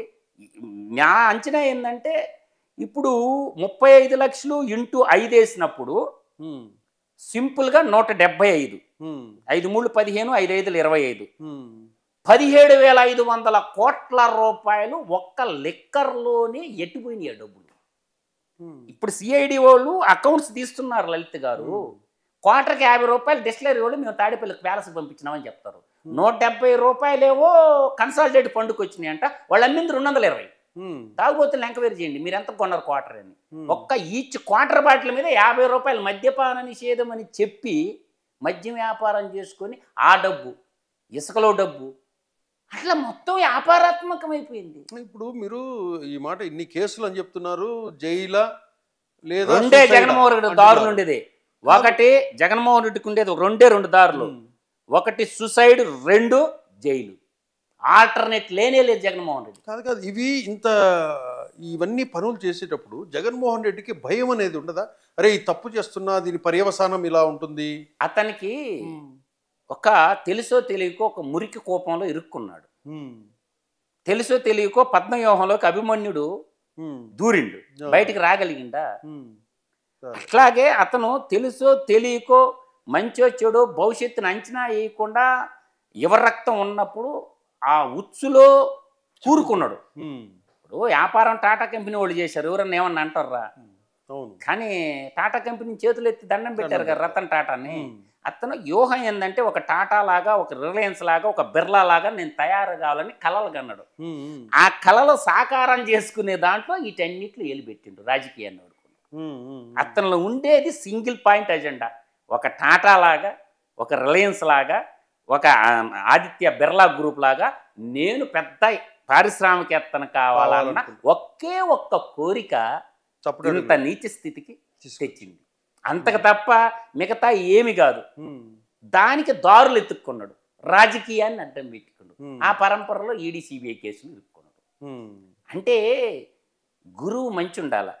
గుర్తుపెట్టుకోండి మీరు లలిత్ గారు, నేను చెప్పే పాయింట్ 1 by 1. ఏ గురువు అయినా ఫస్ట్ తొలి గురువు తల్లి, రెండో గురువు తండ్రి, మూడో గురువు మనకు టీచర్ ఉపాధ్యాయ పెట్టు. అందుకనే మాతృదేవో భవ, పితృదేవో భవ, ఆచార్య దేవో భవ, 4వ స్థానం భగవంతుడికి. చాలా మందికి అంటారు జగన్మోహన్ రెడ్డి బైబిల్ చదువుతాడని. పచ్చి అబద్ధం. ఒక్క పేజీ కూడా రాదు భగవద్. జగన్మోహన్ రెడ్డి అనే వ్యక్తి ఆయన నేను బైబిల్ 4 గోడల మధ్య చదువుతాను వద్దు, ఇదంతా వద్దు. బైబిల్ చదివినోడు గుర్తుంటది కదా. ఇప్పుడు మనం చదువుకుంటుందా, ఉప్పు కప్పు రంబు నొక్క పోలిక నుండు చూడ చూడ రుచుల జాడ వేరు, పురుషులందు పుణ్య పురుషులు వేరయా, ఇష్పదాభిరామ వినురవేమంటారు కదా. రోజు బైబిల్ చదివేవాడికి ఒక పేజీ అయిన గుర్తుంటది. నేను ఇస్తుంటా సవాల్, సేకరించమని జగన్మోహన్ రెడ్డికి దమ్ముంటే. పుస్తకం తెరవకుండా ఒక పేజీలో బైబిల్ వాక్యాలు చెప్పు. నీకు ఇష్టం వచ్చిన కాండం తీసుకో, నిర్గమ కాండం తీసుకో, ఏదైనా ఒక పేజీ, ఒక్క పేజీ. అది కూడా వద్దు. ఇంకోటి కూడా చెప్తా జగన్మోహన్ రెడ్డికి. 5 ఏళ్ల కాలంలో ఎవరన్నా ప్రశ్నించారా? ఏ జర్నలిస్ట్ అన్నా లేదు. జాతీయ గీతం ఎప్పుడన్నా పాడాడా? వందే మాత్రం ఎప్పుడన్నా పాడాడా? లేదు. రాష్ట్ర గీతం ఎప్పుడన్నా మా తెలుగు తల్లి మల్లెపూ దండ పాడాడా? లేదు. పాడకపోగా అవమానించాడు. గవర్నర్ కేసు రిజిస్టర్ చేయాలి. ఒక జాతీయ జెండాన్ని, జాతీయ గీతాన్ని అవమానించిన ఏం చేయాలా? విన్నారా మీరు ఎప్పుడన్నా? లేదు. జగన్మోహన్ రెడ్డి నోటి అంట లేదు. అయితే ఒక జాతీయ గీతం పాడని రానోడికి, వందే మాత్రం పాడని రానోడికి, రాష్ట్ర గీతం పాడని రానోడికి రాష్ట్రాన్ని ఎలా పరిపాలిస్తాడు అని నేను అడుగుతుంటా. ఈ జగన్మోహన్ రెడ్డి గారి కోటరీలో ఈ 4-5 ఉంటారు. పెద్దిరెడ్డి, రామచంద్ర రెడ్డి. తప్పండి, వాళ్ళు కాదండి. వాళ్ళు కూడా ఆకులో ఏకముక్కలే. వాళ్ళు ఏం ప్రభావితం చేయలేరు. వాళ్ళకి అపాయింట్మెంట్లు ఉండవండి. వాడు ముందు కూర్చొని మాట్లాడేదానికి కూడా ఉండదు వాళ్ళకి. మీరు బయలువాళ్ళు బ్రహ్మల్లో చూసే వాళ్ళకి ఎలా ఉంటుందంటే జగన్మోహన్ రెడ్డి అన్ని వర్క్స్ వాళ్ళకే అటాచ్ చేస్తుంటారు, ఇన్ఛార్జీలుగా వాళ్ళనే పెడుతుంటారు. ఆట వీళ్ళంతా పేక ముక్కలో తలా ఒకటి, ఒకడు జోకరు, ఒకడు ఆటి నాసు, ఒకడు కింగ్, అలా తప్ప ఓల్ అండ్ సోల్ అదృష్టశక్తిదే, వీళ్ళది ఏమీ లేదు. ఇంకోటి, జగన్మోహన్ రెడ్డి గారే ఇన్ని వేల కోట్లు సంపాదించారు అని మీరు అంటారు. జగన్మోహన్ రెడ్డి అన్ని వేల కోట్లు సంపాదించినప్పుడు నియోజకవర్గాల్లో ఎమ్మెల్యేలు సుమారుగా ఒక్కొక్కరు 2,000 కోట్లు 3,000 కోట్లు అట్లా సంపాదించారు ఏపీలో అనేసి అంటారు. వాస్తవం కాదు, అబద్ధం. ఏడుందండి తింటానికి వాళ్ళకి? లెక్కర్ ఉందా? Centralized corruption. ఓకే. ఇసుక ఉందా? Centralized corruption. ఇప్పుడు ఒక ఎమ్మెల్యే దోచుకోవటానికి ఏముండాలి తెలుసు మీకు? మెయిన్ శాండ్, లిక్కరు, ఈ 2. తర్వాత సబ్ రిజిస్ట్రేషన్ ఆఫీసు, ఇప్పుడు సబ్ రిజిస్ట్రార్ ఆఫీసులో గుండె మీద చెయ్యేసుకొని నాకు చెప్పానండి, రోజు ఎత్తుకొని ఎమ్మెల్యేలకు డబ్బులు ఇస్తారా ఇరా? రోజు ఇస్తారు సబ్ రిజిస్ట్రార్ ఆఫీస్. ఎందుకు? డాక్యుమెంట్ రైటరు మన భూములు రిజిస్ట్రేషన్ చేసేటప్పుడు ఎవరన్నా రిజిస్ట్రేషన్ చేసిన లంచం ఇవ్వకుండా రిజిస్ట్రేషన్ చేయించుకుని ఒక డాక్యుమెంట్ నా ముందు పెట్టమనండి. లంచం మస్తుగా ఉంటుంది. అయిపోయిందా? ఇది ఒకటి అయిపోయిందా? స్టోరీ చెప్పానా? ఇట్లా నేను రోజు చెప్పగలను ఎక్కడి నుంచి ఎక్కడ ఎంత పోతుందని. తర్వాత చెక్ పోస్టులు, ఆర్టీఏ ఆఫీసర్లు, అఫీషియల్సే ఎత్తుకొని పోయి ఇస్తారు సార్ నెలసరి మామూలు ఎమ్మెల్యేలకి.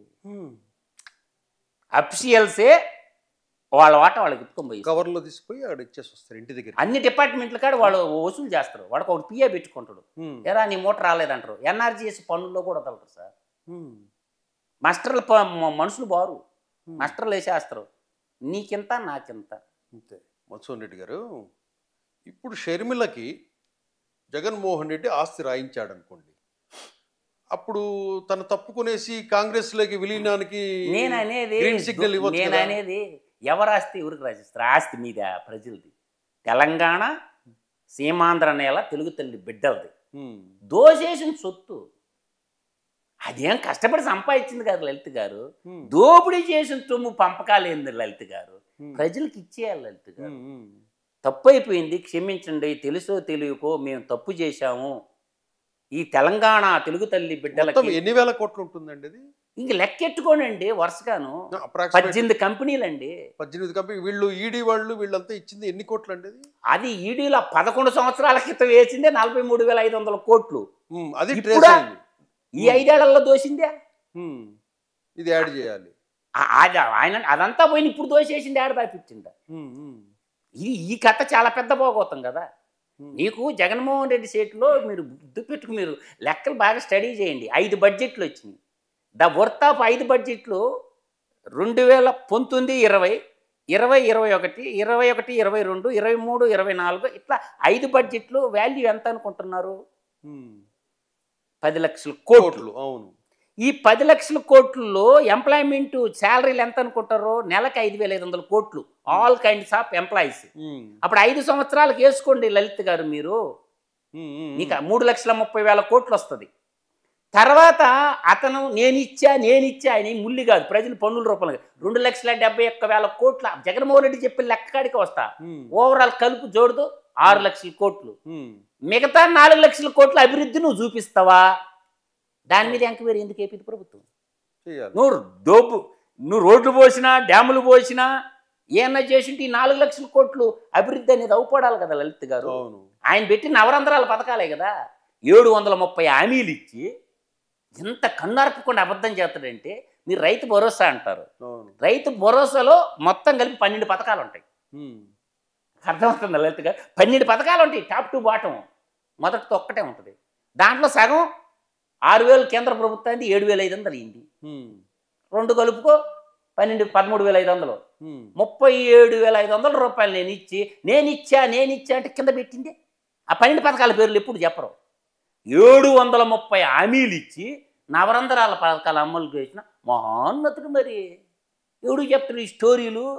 ప్రజలకు తెలియదా ఇవన్నీ? అందువల్ల ఏంటంటే నేను అందుకే చెప్పిన, అబద్ధాలకు ప్యాంటు షర్ట్ వేస్తే వాడే జగన్మోహన్ రెడ్డి అని చెప్పి. మీరు అన్నదాని ప్రకారము ఆ 4 లక్షల కోట్ల అభివృద్ధి చూపించాలి కదా లలిత్ గారు. అవును. ఎందుకు అడగరు ఎమ్మెల్యేలు? ఇప్పుడు బడ్జెట్ పెడితే సరిపోయిందా? నేనేది 10 లక్షల కోట్లు ప్రజలు ఇచ్చారు, కేంద్ర రాష్ట్ర పన్నుల వాటా కలుపుకొని. దాంట్లో నువ్వు జీతాలన్నీ తీసేసిన, ఆయన సంక్షేమ పథకాలన్నీ తీసిన, 4 లక్షల కోట్లు రోడ్లు ఆడబోసిండు, డ్యాములు ఆడగెట్టిండు, స్కూళ్ళు, కాలేజీలు మొత్తం డేటా తీయండి బయటికి. సింపుల్ కదా. మిగతా సొమ్మేదే. అదే పాతప్పులు ఏమన్నా కట్టినవా? 4 లక్షల కోట్లు నువ్వేమన్నా? పోనీ ఇది కాకుండా మళ్ళీ తాకట్టు పెట్టి తెచ్చినప్పులా, కార్పొరేషన్ తాకట్టు పెట్టి తెచ్చినప్పుడు తాకట్టు పెట్టాడు ప్రాపర్టీస్ అన్ని కూడా. ఇప్పుడు సార్వభౌమాధికారం తాకట్టు పెట్టడం అంటాం. నీకు ఎంఆర్ఓ ఆఫీసులు తాకట్టు పెడితేవి, ఐటీఐ కాలేజీలు తాకట్టు పెడితేవి, ఈ కనబడినల్లా తాకట్టు పెట్టినావు కదా. చివరికి తాగుబోతులు కూడా తాకట్టు పెట్టి 25,000 కోట్లు తెచ్చింది కదా. మద్యపాన నిషేధం అని చెప్పారు. ఇట్లా చెప్పుకుంటూ పోతే చాంతాడంత లిస్ట్ ఉంది. అందువల్ల ఏంటంటే ప్రజల్లోకి నిజాలు తీసకపోకపోవటం కూడా జనరలిజం చచ్చిపోయింది. జనరలిజం అమ్ముడైపోయింది. డొవ్వు డబ్బా వాడు కొట్టుకుంటుండు గలగల గలగల గలగల గలగల అని. అంతే తప్ప జర్నలిజం ఎప్పుడో చచ్చిపోయింది. ఇప్పుడు అంతా ఎవరు డబ్బా వాడు కొట్టుకోవటమే. ఇది మాత్రం అయితే నేను ఘంటాపదంగా చెప్పగలను. ఓకే, థ్యాంక్ యూ మోసన్ రెడ్డి గారు. నమస్కారం.